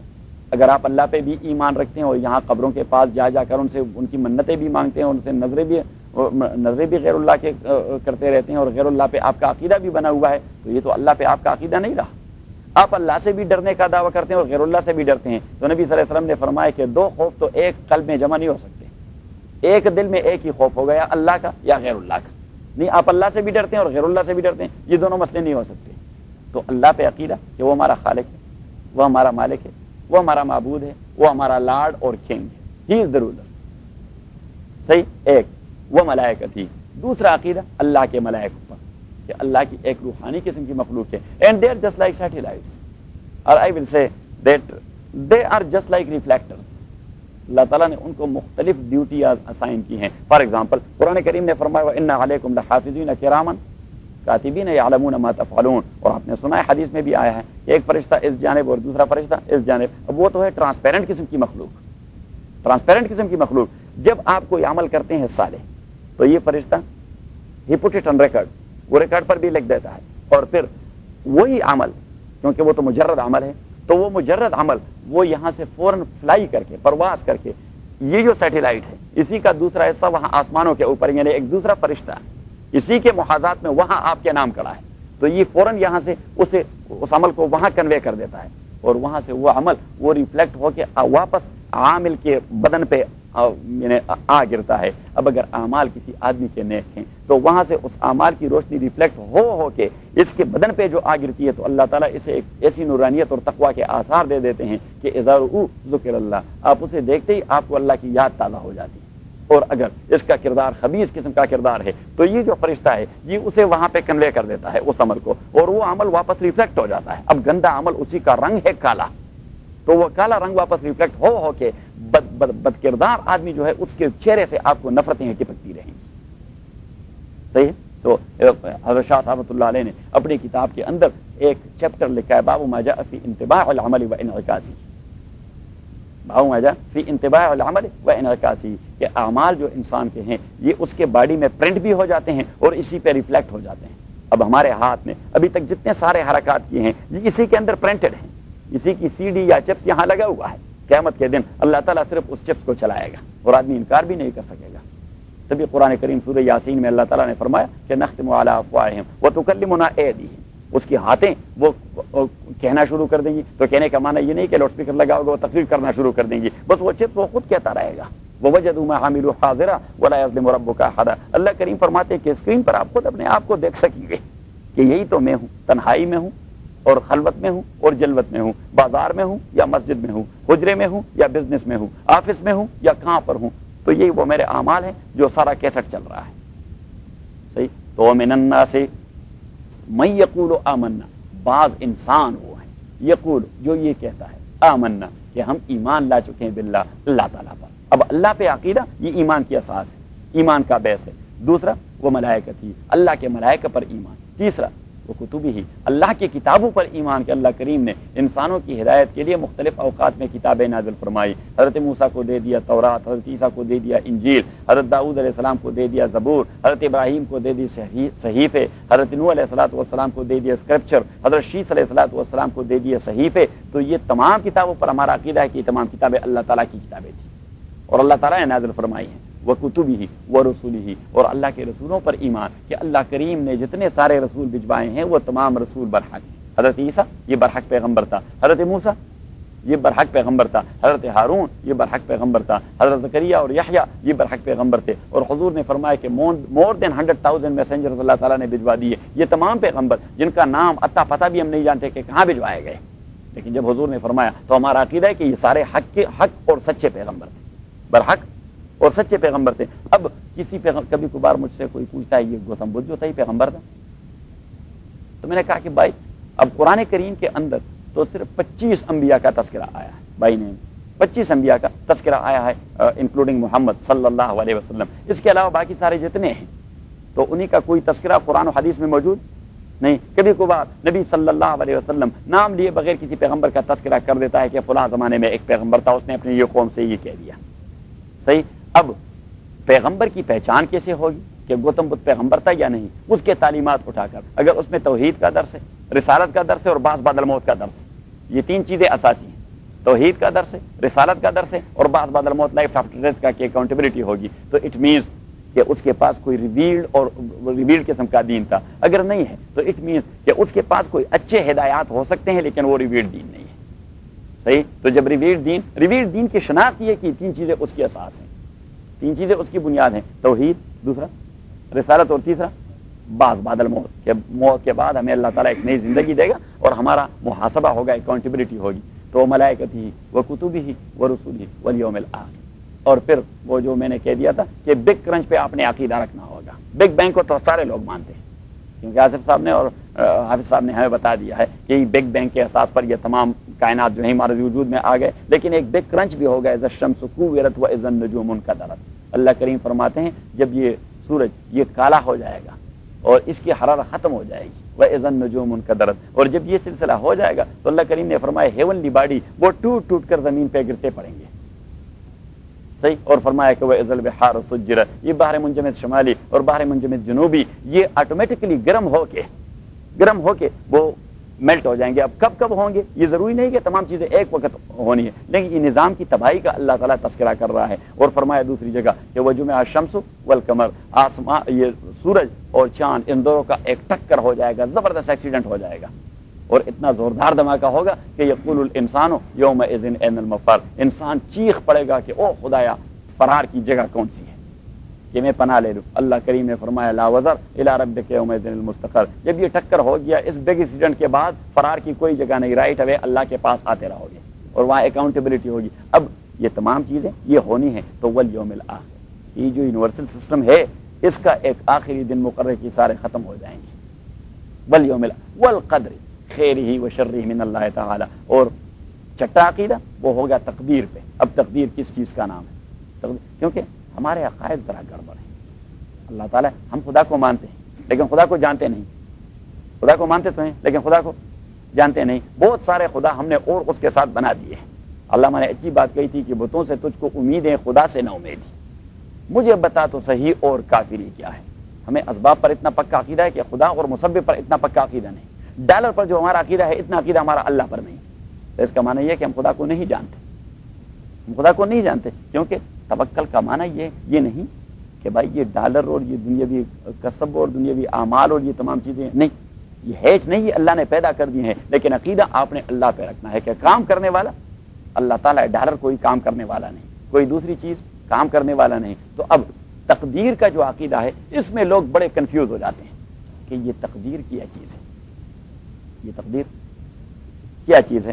تو ویسے تو کبھی اس کا ہم انگریزی میں ترجمہ کر دیتے ہیں کہ یہ ہے پری ڈیسٹینیشن، اور کبھی کہتے ہیں preordained divine law, preordained divine law, اور کبھی کہہ دیتے ہیں کہ everything is decided and has been decreed, اس کی ڈکری دے دی گئی ہے۔ جبکہ لفظ تقدیر جو ہے لغت عربی میں یہ ایک کامن ورڈ ہے، اس کے کئی سارے معنی ہیں، اور جب ہم تقدیر کا بولتے ہیں کہ تقدیر پہ عقیدہ تو کبھی اس کا ایک معنی مراد ہوتا ہے، کبھی دوسرا معنی مراد ہوتا ہے، ڈیپینڈ کرتا ہے احوال پہ کہ یہاں اس کا کون سا مفہوم مراد ہے۔ جب ہم کہتے ہیں کہ یہ کام اللہ کی تقدیر پہ ہو گیا، اب مجھے پیاس لگی ہے فار ایگزامپل، اور نوید بھائی نے آپ ایک گلاس پانی لائے نوید، تاکہ تقدیر کا یہ مسئلہ حل ہو جائے، یہ بھی تقدیر کا مسئلہ ہے۔ ابھی جو نوید اٹھ گیا اور پانی لا رہا ہے یہ تقدیر کا مسئلہ ہے، اب وہ پانی لے آئے گا اور میری پیاس بجھ جائے گی، یہ تقدیر کا مسئلہ ہے۔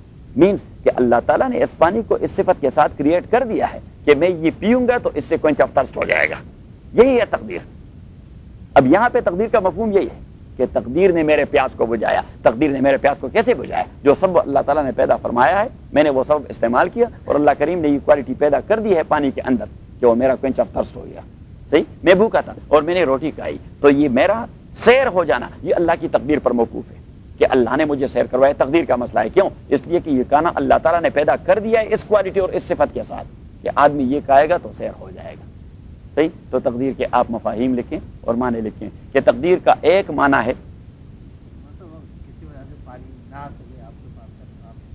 یہ بھی تقدیر کا مسئلہ ہے کہ کچھ چیز آپ کو نہیں مل رہا۔ اچھا، تو آپ ایک معنی اس کا لکھیں تقدیر کا کہ یہ کبھی شریعت میں مستعمل ہوتا ہے خلق کا مرادف، سملر ٹو خلق، جس کا معنی ہے تخلیق، پیدا کرنا۔ کہ جب ہم کہتے ہیں کہ تقدیر کا مسئلہ تھا، میرا مینس کہ یہ اللہ کی تخلیق کا مسئلہ تھا، اللہ تعالیٰ نے پیدا کیا تھا۔ جب ختم کریں گے کوشچن اس کے بعد، اور دوسرا معنی تقدیر کا وہ ہے تدبیر۔ تقدیر کا معنی ہے تدبیر، اور تدبیر ایک شرعی اصطلاح ہے۔ اللہ کریم کو ہم کہتے ہیں مدبر، اور قرآن کریم کے اندر ہے امن یدبر السماوات والارض امن یدبر الامر فسیقولون اللہ، کہ تدبیر کون کرتا ہے؟ تو اللہ کریم فرماتا ہے اللہ ہی کرتا ہے، اور کون کرتا ہے؟ تدبیر کون کرتا ہے؟ اللہ تعالیٰ ہی کرتا ہے۔ اب تدبیر کا معنی کیا ہے؟ تو تدبیر کا معنی اور مفہوم یہ ہے کہ اللہ تعالیٰ نے کائنات کو نتائج کے لیے اسباب بنا دیا ہے، کائنات کو نتائج کے لیے اسباب بنا دیا ہے۔ مثلا پانی کو پیاس بجھانے کے لیے سبب بنا دیا ہے، یہ ہے تدبیر کا مسئلہ۔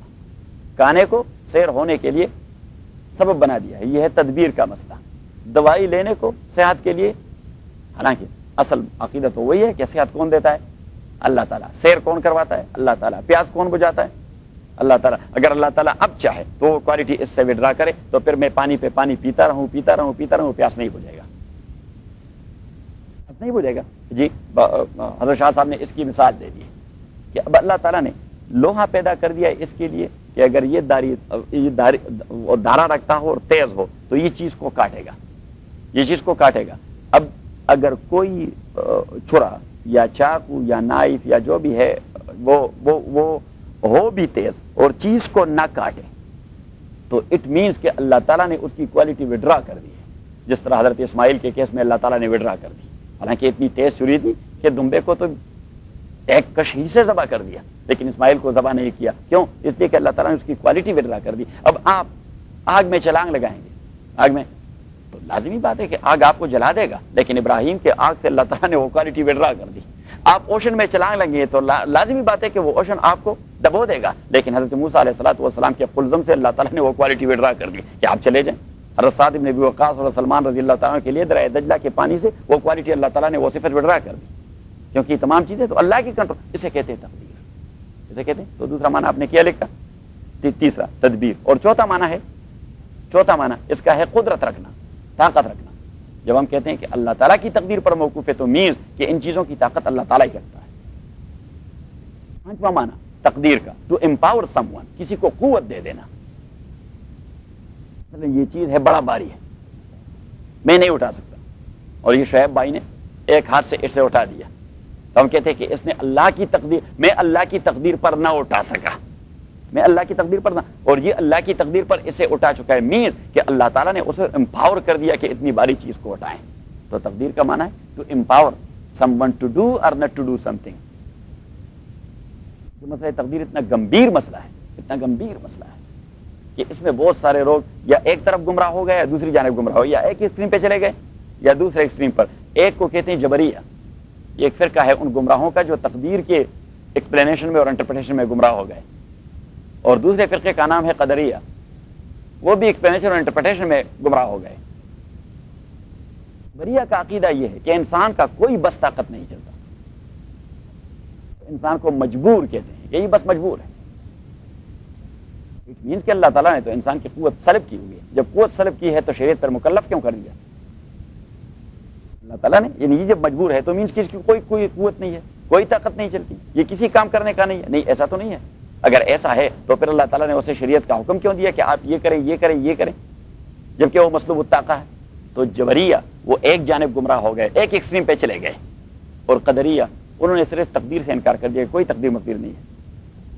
انسان فاعل مختار ہے، جو کچھ کرنا چاہے نہ کرنا چاہے. حضرت علی رضی اللہ تعالیٰ نے بہترین طریقے پر ایک آدمی کو سمجھایا. ایک آدمی اس کے پاس آیا کہ جی انسان یہ مجبور محض ہے کہ فاعل مختار ہے. اصطلاح ٹرم آپ سیکھ لیں کہ یہ مجبور محض ہے. مجبور محض کا معنی یہ کہ اس کا کوئی بس نہیں چلتا کسی کام میں بھی، یا فاعل مختار ہے کہ ہر کام یہ اپنی مرضی سے کر سکتا ہے، اللہ کا اس میں کوئی دخل نہیں. دو گمراہ عقیدے ہیں، ایک جانب اور دوسرے. تو حضرت علی رضی اللہ تعالیٰ نے اس آدمی سے کہہ دیا کہ اٹھ جائیں. وہ اٹھ گیا اور اسے کہہ دیا کہ دائیں پاؤں کو ذرا اٹھائیں. تو اس نے دائیں پاؤں اٹھایا اور پھر اسے کہا کہ اسے رکھ کے بغیر بایاں بھی اٹھائیں. تو اس نے کہی تو مجھ سے نہیں اٹھایا جا سکتا، اور فوراً بیٹھ گیا کہ بس مسئلہ سمجھ میں آ گیا کہ یہ انسان اس حد تک تو فاعل مختار تھا، اٹھا سکتا تھا، لیکن یہاں کی تقدیر پھر یہی ہے کہ یہ اس اٹھانے کے قابل نہیں رہا. حضرت علی رضی اللہ عنہ نے فرمایا کہ یہی وہ عقیدہ ہے جو نبی صلی اللہ علیہ وسلم نے ہمیں بتا دیا ہے. یہی وہ عقیدہ، اور اس لیے چونکہ یہ تقدیر کا جو مسئلہ ہے یہ انسانی عقل سے، اب دیکھیے یہ ایک مسئلہ آپ اپنے پاس لکھیں. اصطلاح ہے ایک خلاف العقل اور دوسرا ہے وراء العقل. خلاف العقل اور وراء العقل. شریعت میں کوئی چیز خلاف العقل نہیں ہے. اگر ہم یہ کہیں کہ شریعت معقول نہیں ہے تو ہم تو کفر کر رہے ہیں. اچھا، اللہ تعالیٰ نے اتنے غیر معقول نظام کو بھجوا دیا جس میں معقولیت کوئی نہیں، تو شریعت میں کوئی چیز خلاف عقل نہیں ہے. جو کچھ حکم اللہ تعالیٰ نے دے دیا، آج میں نے خواتین سے کہہ دیا کہ بی پراؤڈ آف یور دین، جو چیز اس میں ہے یہ معقول ہے. اب اللہ کریم نے جو تقسیم کر دیا ہے جینڈر کے اساس پر، ڈیوٹیز کی اور رائٹس کی، کہ اس جینڈر کو یہ ڈیوٹی دی ہے اور اس جینڈر کو یہ ڈیوٹی دی ہے, اس کو یہ رائٹس دیے اور اس کو یہ رائٹس دیے ہیں. یہ کیوں دیے ہیں؟ Because he is the creator, he knows the nature of every one of every gender very well. وہ جانتا ہے کہ اس کی بیئرنگ پاور کتنی ہے. ابھی وہاں بونی رحمۃ اللہ علیہ باقی ائمہ وہ تینوں کے تینوں قائل ہیں کہ خاتون کو آپ جج نہیں بنا سکتے. ان کے نزدیک نہ سول کورٹ میں اور نہ کرمنالوجی میں خاتون جج نہیں بن سکتی. امام احمد بن حنبل کا مسلک, امام شافعی کا مسلک, امام مالک کا مسلک. امام ابو حنیفہ رحمۃ اللہ علیہ فرماتے ہیں کہ نہیں, سول سائڈ پہ یہ جج بن سکتی ہے, کیونکہ سول سائڈ پر یہ وٹنس بھی بن سکتی ہے تو جج بھی بن سکتی ہے, لیکن کرمنالوجی میں آپ نے اسے جج نہیں بنانا. صحیح ہے. تو امام ابو حنیفہ سے کسی نے پوچھا کہ یہ آپ پھر ڈفرینشیٹ کیوں کر رہے ہیں؟ سول سائڈ پر اسے جج بنا رہے ہیں اور کرمنالوجی میں کرائمز میں مثلا قتل اور یہ ساری چیزیں جو ہوتی ہیں اس میں آپ نہیں بناتے. تو امام ابو حنیفہ رحمۃ اللہ علیہ فرماتے ہیں کہ آپ خاتون کے نیچر کو نہیں جانتے. اس نے کہا خاتون کا نیچر کیا ہے؟ اس نے کہا کہ ایک تو ان میں وہ ایموشنلزم ہے کہ یہ جذباتی ہوتی ہیں جلد. تو جذباتیت کے دو اثرات ہوتے ہیں, یا تو ایسی جذباتی ہوگی کہ جرم ثابت ہوئے بغیر مجرم کو پھانسی پر لٹکا دے گی, صحیح ہے, اور یا اتنی جذباتی ہوگی دوسری جانب سے کہ ایک تو مر گیا, اس کو کیوں مروانا چاہتی ہوں, تو مجرم کو ایکویٹل کروا دے گی کہ چلو اسے چھوڑ کے اسے چلتا کریں کہ چلا جائے. تو امام ابو حنیفہ رحمۃ اللہ علیہ نے فرمایا کہ ہر جینڈر کو جو اللہ تعالیٰ نے پیدا کر دیا ہے تو اس کی نیچر کو جانتا ہے, اس لیے ڈیوٹیز اور رائٹس کے حوالے سے تفریق کر دی ہے کہ اس کو یہ ڈیوٹی دی جائے اور اس کو یہ ڈیوٹی. اب یہ جو بچہ پیدا ہو جاتا ہے تو وہ بچے کے لک آفٹر کا یہ حالت طفولیت میں بچے کے لک آفٹر کی, یہ ہمارے ہاں ایک اصطلاح ہے ممتا یا ممتا کی پیار. اب وہ ممتا کی پیار اگر 1000 باپ بھی جمع ہو تو وہ ممتا والی پیار بچے کو نہیں دے سکتے, کیونکہ اس کے نیچر میں وہ چیز ہے نہیں. بائی نیچر اللہ تعالیٰ نے وہ ممتا کی پیار وہ ماں کے اندر پیدا کر دی ہے, صحیح ہے. اب وہ جو خدمت ہے بچے کی کہ پیشاب سے صاف کرایا جائے اور پاخانے سے صاف کرایا جائے اور اسے دودھ پلایا جائے, اور یہ چیزیں اگر آپ کو سپورٹ کی جائے تو آپ کر سکیں گے. میں تو 1 گھنٹے کے لیے بھی نہیں کر سکوں گا. کیوں؟ اس لیے کہ وہ میرے نیچر کے خلاف ہے, وہ عورت کے نیچر کے عین مطابق ہے. اور تو اللہ تعالیٰ نے جینڈر کے نیچر کے اساس پر انہیں ڈیوٹیاں بھی تما دی ہیں اور انہیں رائٹس بھی دے دیے ہیں. تو ہم کیا کچھ کہہ رہے تھے؟ خلاف العقل اور ورا. تو شریعت میں کوئی چیز خلاف العقل نہیں, تمام چیزیں معقول ہیں. البتہ شریعت میں چیزیں ہیں وراء العقل کہ اسی تک آپ کا عقل نہیں پہنچ پائے گا, میرا عقل نہیں پہنچ پائے گا, امام ولی اللہ کا عقل پہنچ پائے گا, امام غزالی کا عقل پہنچ پائے گا, امام راضی کا عقل پہنچ پائے گا, ابن سینا کا عقل پہنچ پائے گا, ابو نصر فارابی کا عقل پہنچ پائے گا, ابن خلدون کا عقل وہ پہنچ پائے گا, علامہ کندی کا عقل پہنچ پائے گا, امام ابو الحسن الماوردی کا عقل وہ پہنچ پائے گا. ہمارا اور آپ کا عقل, فار ایگزامپل میں آپ کو اب ایک مثال دے دوں. حضرت علی رضی اللہ عنہ کے پاس ایک آدمی آیا اور اسے کہا کہ یہ 2 میرے شریک ہیں, پارٹنر ہیں ہم 3, اور ہم جو انویسٹمنٹ کر چکے تھے تو وہ انویسٹمنٹ ہم نے اس انداز سے کر دیا تھا کہ میرا اسیمہ تھا, کل سرمایہ میں میرا آدھا حصہ تھا. کتنا تھا؟ آدھا حصہ تھا. اور کل سرمایہ میں یہ ہمارے دوسرے بھائی اس کا چھٹا حصہ تھا, اور جو ہمارا تیسرا بھائی ہے اس کا 1/3 تھا. یعنی ایک نے 1/2 جب انویسٹ کیا ہے, دوسرے نے کل کا 1/6 اور تیسرے نے کل کا 1/3.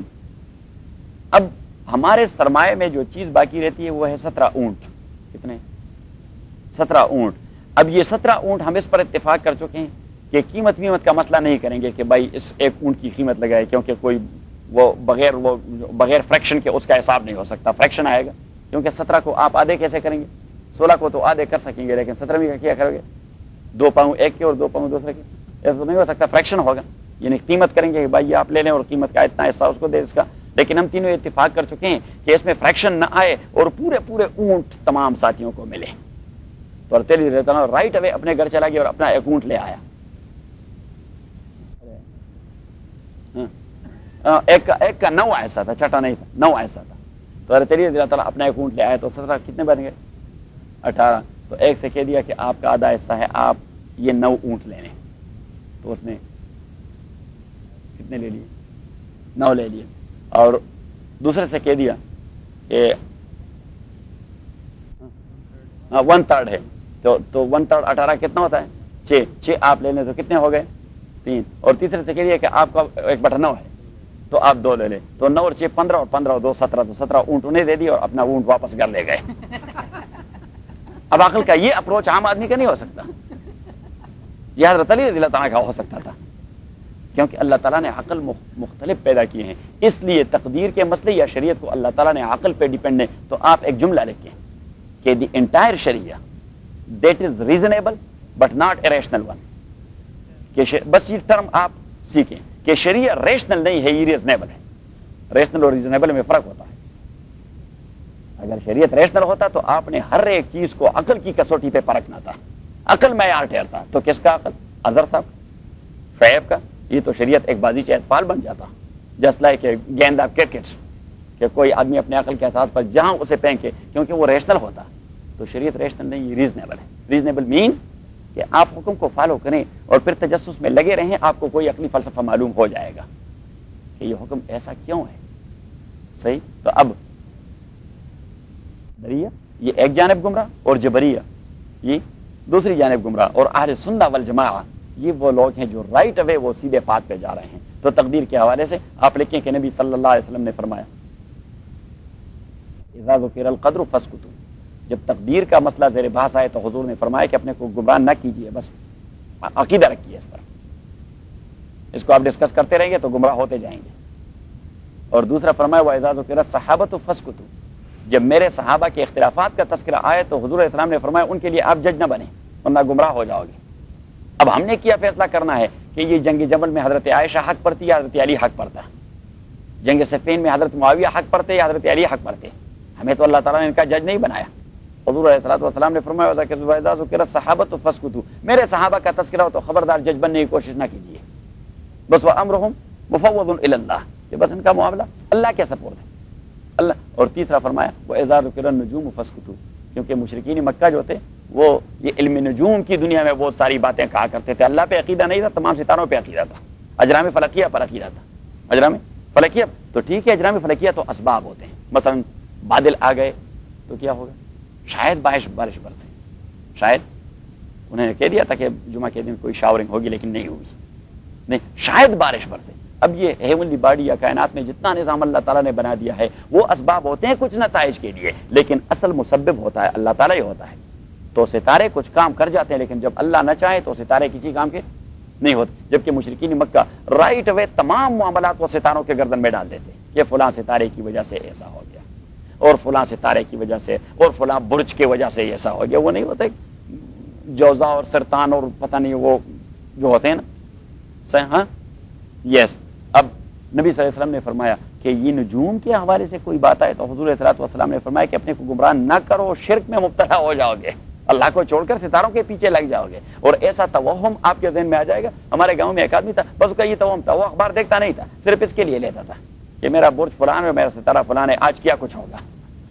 آج کیا تو وہ ہاتھ پہ ہاتھ دھرا ہوا بس اخبار کے لیے بیٹھتا رہا کہ نہیں آج میں نے کوئی حرکت نہیں کرنی کیونکہ پریشانیوں کا سامنا ہے. اب یہ توہم ہے، آدمی کسی کام کا نہیں رہتا.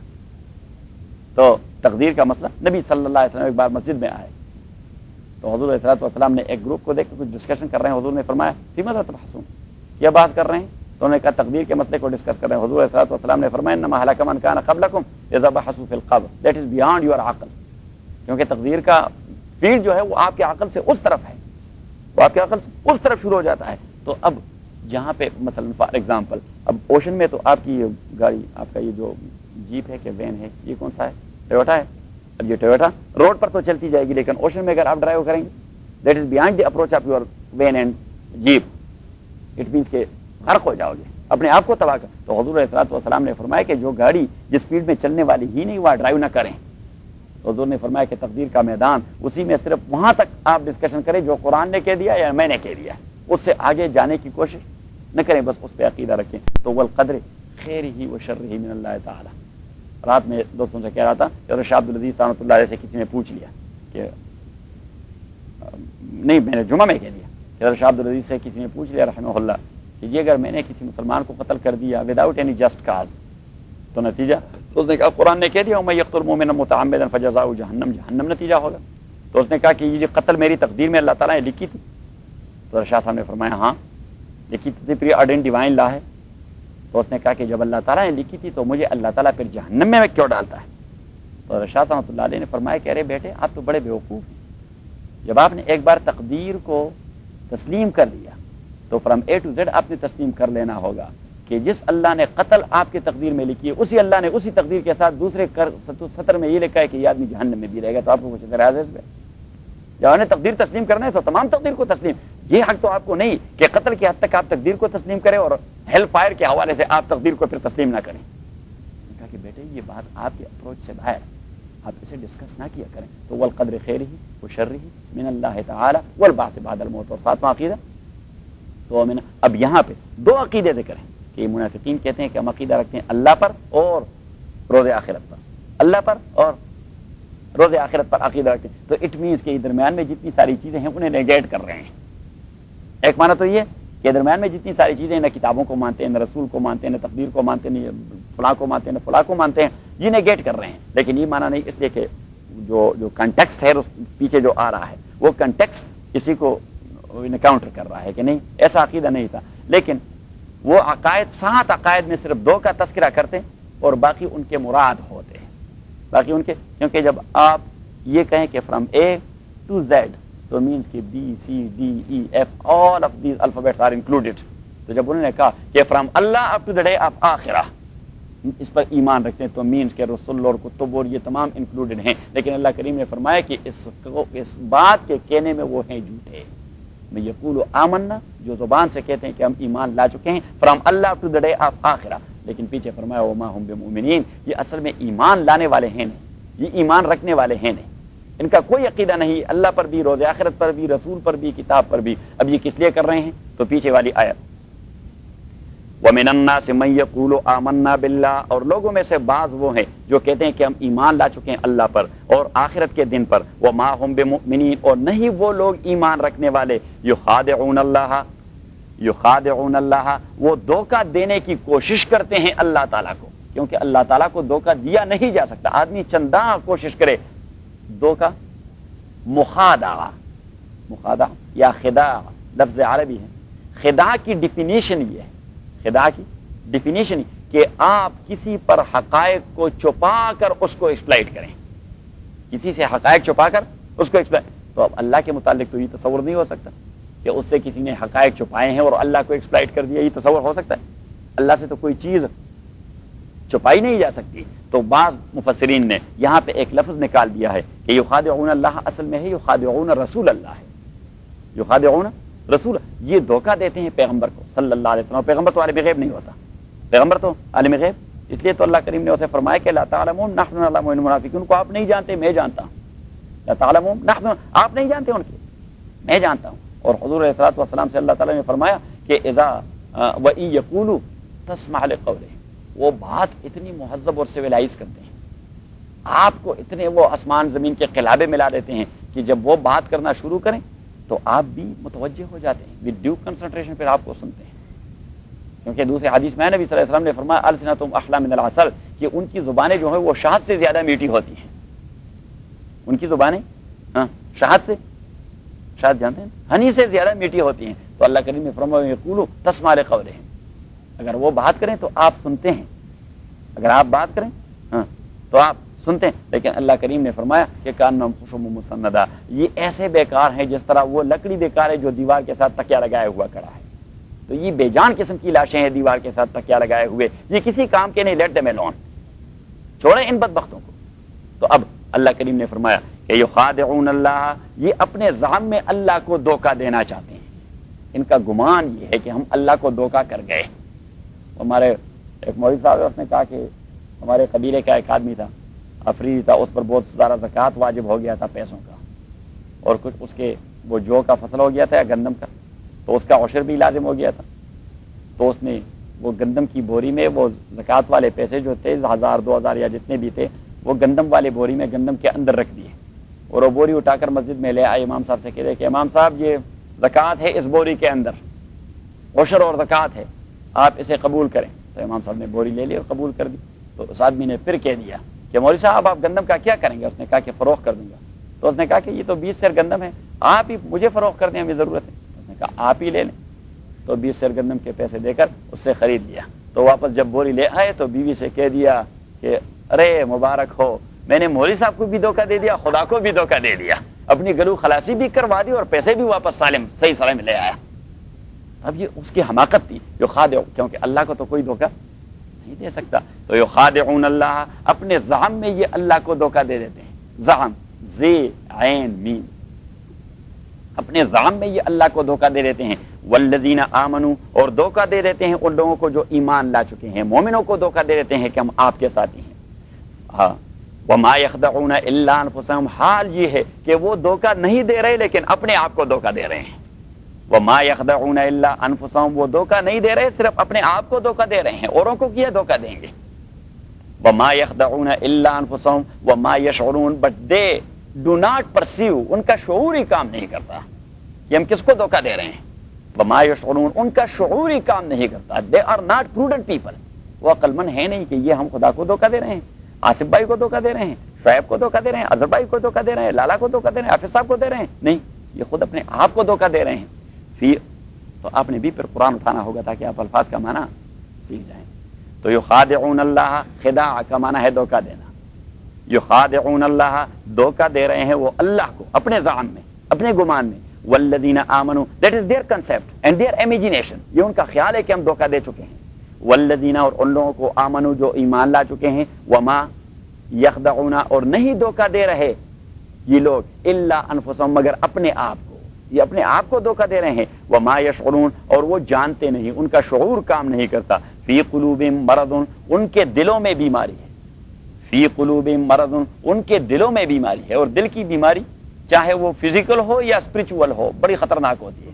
فزیکل کتنی خطرناک ہوتی ہے، اور اسپرچول تو اس سے بھی زیادہ خطرناک ہوتی ہے، کیونکہ یہ تو اسپرچولیزم کا مرکز ہے، تو اسپرچولیزم کا مرکز اگر وہ ہی بیمار ہو جائے تو it mean just like A generator گڑبڑ ہو جائے تو بلب ختم، اور یہ پنکھا یہ ختم، اور ایئر کنڈیشنر اور ختم، اور جتنے سارے وہ ہیں اپریٹس اور آلات اور یوٹینسل بجلی کے، وہ تمام یوٹینسل وہ ختم، اس لیے کہ وہ جنریٹر کام نہیں کر رہا۔ تو اللہ کریم نے فرمایا کہ ان منافقین کے اسپرچولیزم کا جو جنریٹر ہے اس کو بیماری لگ گئی ہے۔ اور نبی صلی اللہ علیہ وسلم نے ایک عجیب مثال دی کہ الا ان فی الجسد مضغتان اذا صلحتا صلح الجسد كله واذا فسدتا فسد الجسد كله، الا خبردار، ان فی الجسد، انسان کے بدن میں گوشت کے دو لوتڑے ہیں، گوشت کے دو لوتڑے ہیں، اذا صلحتا، اگر یہ دو لوتڑے صحیح کام کر رہے ہیں، صلح الجسد كله، تو سارا بدن ٹھیک چل رہا ہے، واذا فسدتا اگر یہ ڈسٹرب ہیں تو سارا بدن ڈسٹرب۔ حضور علیہ السلام نے فرمایا الا وهما القلب واللسان، ایک ہے زبان کا لوتڑا اور ایک ہے دل کا لوتڑا، اگر یہ فاسد ہو گیا تو آدمی نے اپنا بیڑا غرق کر دیا۔ جو آدمی جس کی زبان بکتی رہتی ہے، لوگ اس سے نفرت کرتے جاتے ہیں، لوگ اس کا کوئی خیر کا کام بھی لوگ اسے کوئی کریڈٹ نہیں دیتے، یہ کیا بد زبان آدمی، یہ کیا بد۔ اور نبی صلی اللہ علیہ وسلم نے فرمایا کہ اللہ کے نزدیک سب سے قابل نفرت شخص وہ ہے جس کی زبان کی بے ہودگوئی کی وجہ سے لوگ اس کے ساتھ تعلقات چھوڑ دیں۔ اور نبی صلی اللہ علیہ وسلم نے فرمایا کہ کف علیک لسانک، آپ اپنی زبان کو کنٹرول میں رکھیے، آپ اپنی زبان کو کنٹرول۔ اور ابو بکر رضی اللہ تعالیٰ نے فرمایا کہ الصمت نصف العقل، اگر آدمی زیادہ وقت وہ خاموش بیٹھا رہے تو یہ 50% عقل مندی ہے۔ حضرت ابو بکر نے فرمایا کہ 50% عقل مندی آدمی کی یہ ہے کہ وہ زیادہ وقت خاموش رہے، اور جو آدمی بولتا رہے تو بکتا رہے گا، کیونکہ کرنے کی باتیں تو چند ہوتی ہیں، باقی تو نہ کرنے کی ہوتی ہے، تو نہ کرنے والی باتیں کرتا رہے گا اور بیوقوفی ظاہر کرتا رہے گا۔ ایک آدمی محفل میں بیٹھا رہے تو اگر وہ بیوقوف بھی اور خاموش رہے تو لوگ اسے بڑا باوقار سمجھتے ہیں، لیکن جب وہ بولنے پہ آ جائے وہ کہتے ہیں کہ ایک بادشاہ تھا بڑا بیوقوف، تو جب باہر سے دوسرے بادشاہ وہ سرکاری دورے پر آ جاتے اور یہ وہ میٹنگ میں وہ جو فارمل میٹنگ ہوتی ہے اس میں بیٹھ جاتے تو کوئی بکواس کرتا رہتا، تو جو مہمان بادشاہ ہوتا، مہمان ڈیلیگیشن، وہ کچھ اچھے تاثرات نہ لیتا۔ تو ایک بار کسی بڑے ملک کا بادشاہ آ رہا تھا، وزراء نے مشورہ کیا کہ اس بیوقوف کو کس طرح کنٹرول کریں گے، اس نے تو ہماری مٹی پلید کر دی ہے پوری دنیا میں، کہ احمق بادشاہ ہے۔ تو ایک وزیر نے مشورہ دے دیا کہ میں اس سے بات کرتا ہوں، تو وہ چلا گیا، اس نے کہا کہ بادشاہ سلامت، آپ کا عقلی اپروچ اتنا بلند ہے اور آپ کی عقل کی پرواز اتنی بلند ہے کہ جو احمق قسم کے ڈیلیگیشن اور بادشاہ آتے ہیں یہ آپ کی باتوں کو سمجھتے نہیں، آپ کی باتوں کو نہیں سمجھتے، تو اگر آپ مناسب سمجھے تو ان بیوقوفوں کے ساتھ بات ہی نہ کریں، بس وہ رسمی جو آپ مل جائیں گے تو آپ آرام کریں اور پھر ہم ڈیل کرتے رہیں گے۔ اس نے کہا نہیں یہ کیسا ہو سکتا ہے، کاؤنٹر پارٹ میں ہوں، میں بیٹھوں گا۔ انہوں نے کہا پھر ایک مسئلہ ہے کہ چونکہ آپ کی بات کی عقل سے بہت آگے ہوتی ہے، وہ نہیں سمجھتے. تو پھر ایسا کرتے ہیں کہ آپ کے پاؤں کو ایک چھوٹا سا دھاگا ڈالتے ہیں یہاں پہ، اور وہ دھاگا وزیر اعظم صاحب کے ہاتھ میں ہوگا. تو جب آپ کی عقل کی پرواز شروع ہو جائے گی اور آپ وہ بات کریں گے تو وزیر اعظم صاحب اسے اس طرح حرکت دے دیں گے تو آپ پھر خاموش ہو جائیں. تو اس نے کہا یہ ٹھیک ہے اور اتفاق کر گیا. اب جب میٹنگ شروع ہو گئی تو دھاگا تو یہ ڈال چکے تھے.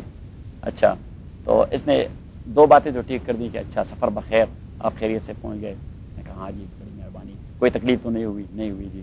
تو فوراً اس بادشاہ نے شروع کر دیا کہ آپ کے ہاں بھی یہ رواج ہے کہ جب باہر سے کوئی بادشاہ آتا ہے آپ سے ملاقات کے لیے تو آپ کے پاؤں میں داغا وہ.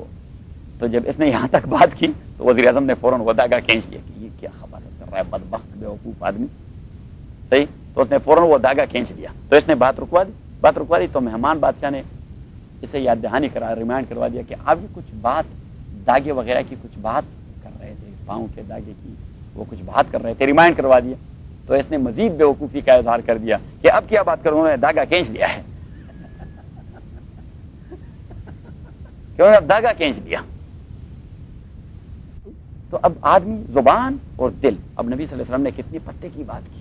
آپ صلی اللہ علیہ وسلم کبھی کبھار ایسی بات کر دیتے پھینک دیتے، بس وہ دنیا بھر کے فلسفی اب اس پہ لگے ہوئے ہیں کہ حضور علیہ الصلوۃ والسلام نے دو لوتوں کا ذکر کر دیا، یہ ڈسٹرب ہو گیا، فزیکلی ہو گیا یا اسپرچولی ہو گیا. تو فزیکلی ہو گیا تو فزیکلی بیڑا غرق. اب جو آدمی گونگا ہوتا ہے اس کو تو بیڑا غرق ہی ہوتا ہے.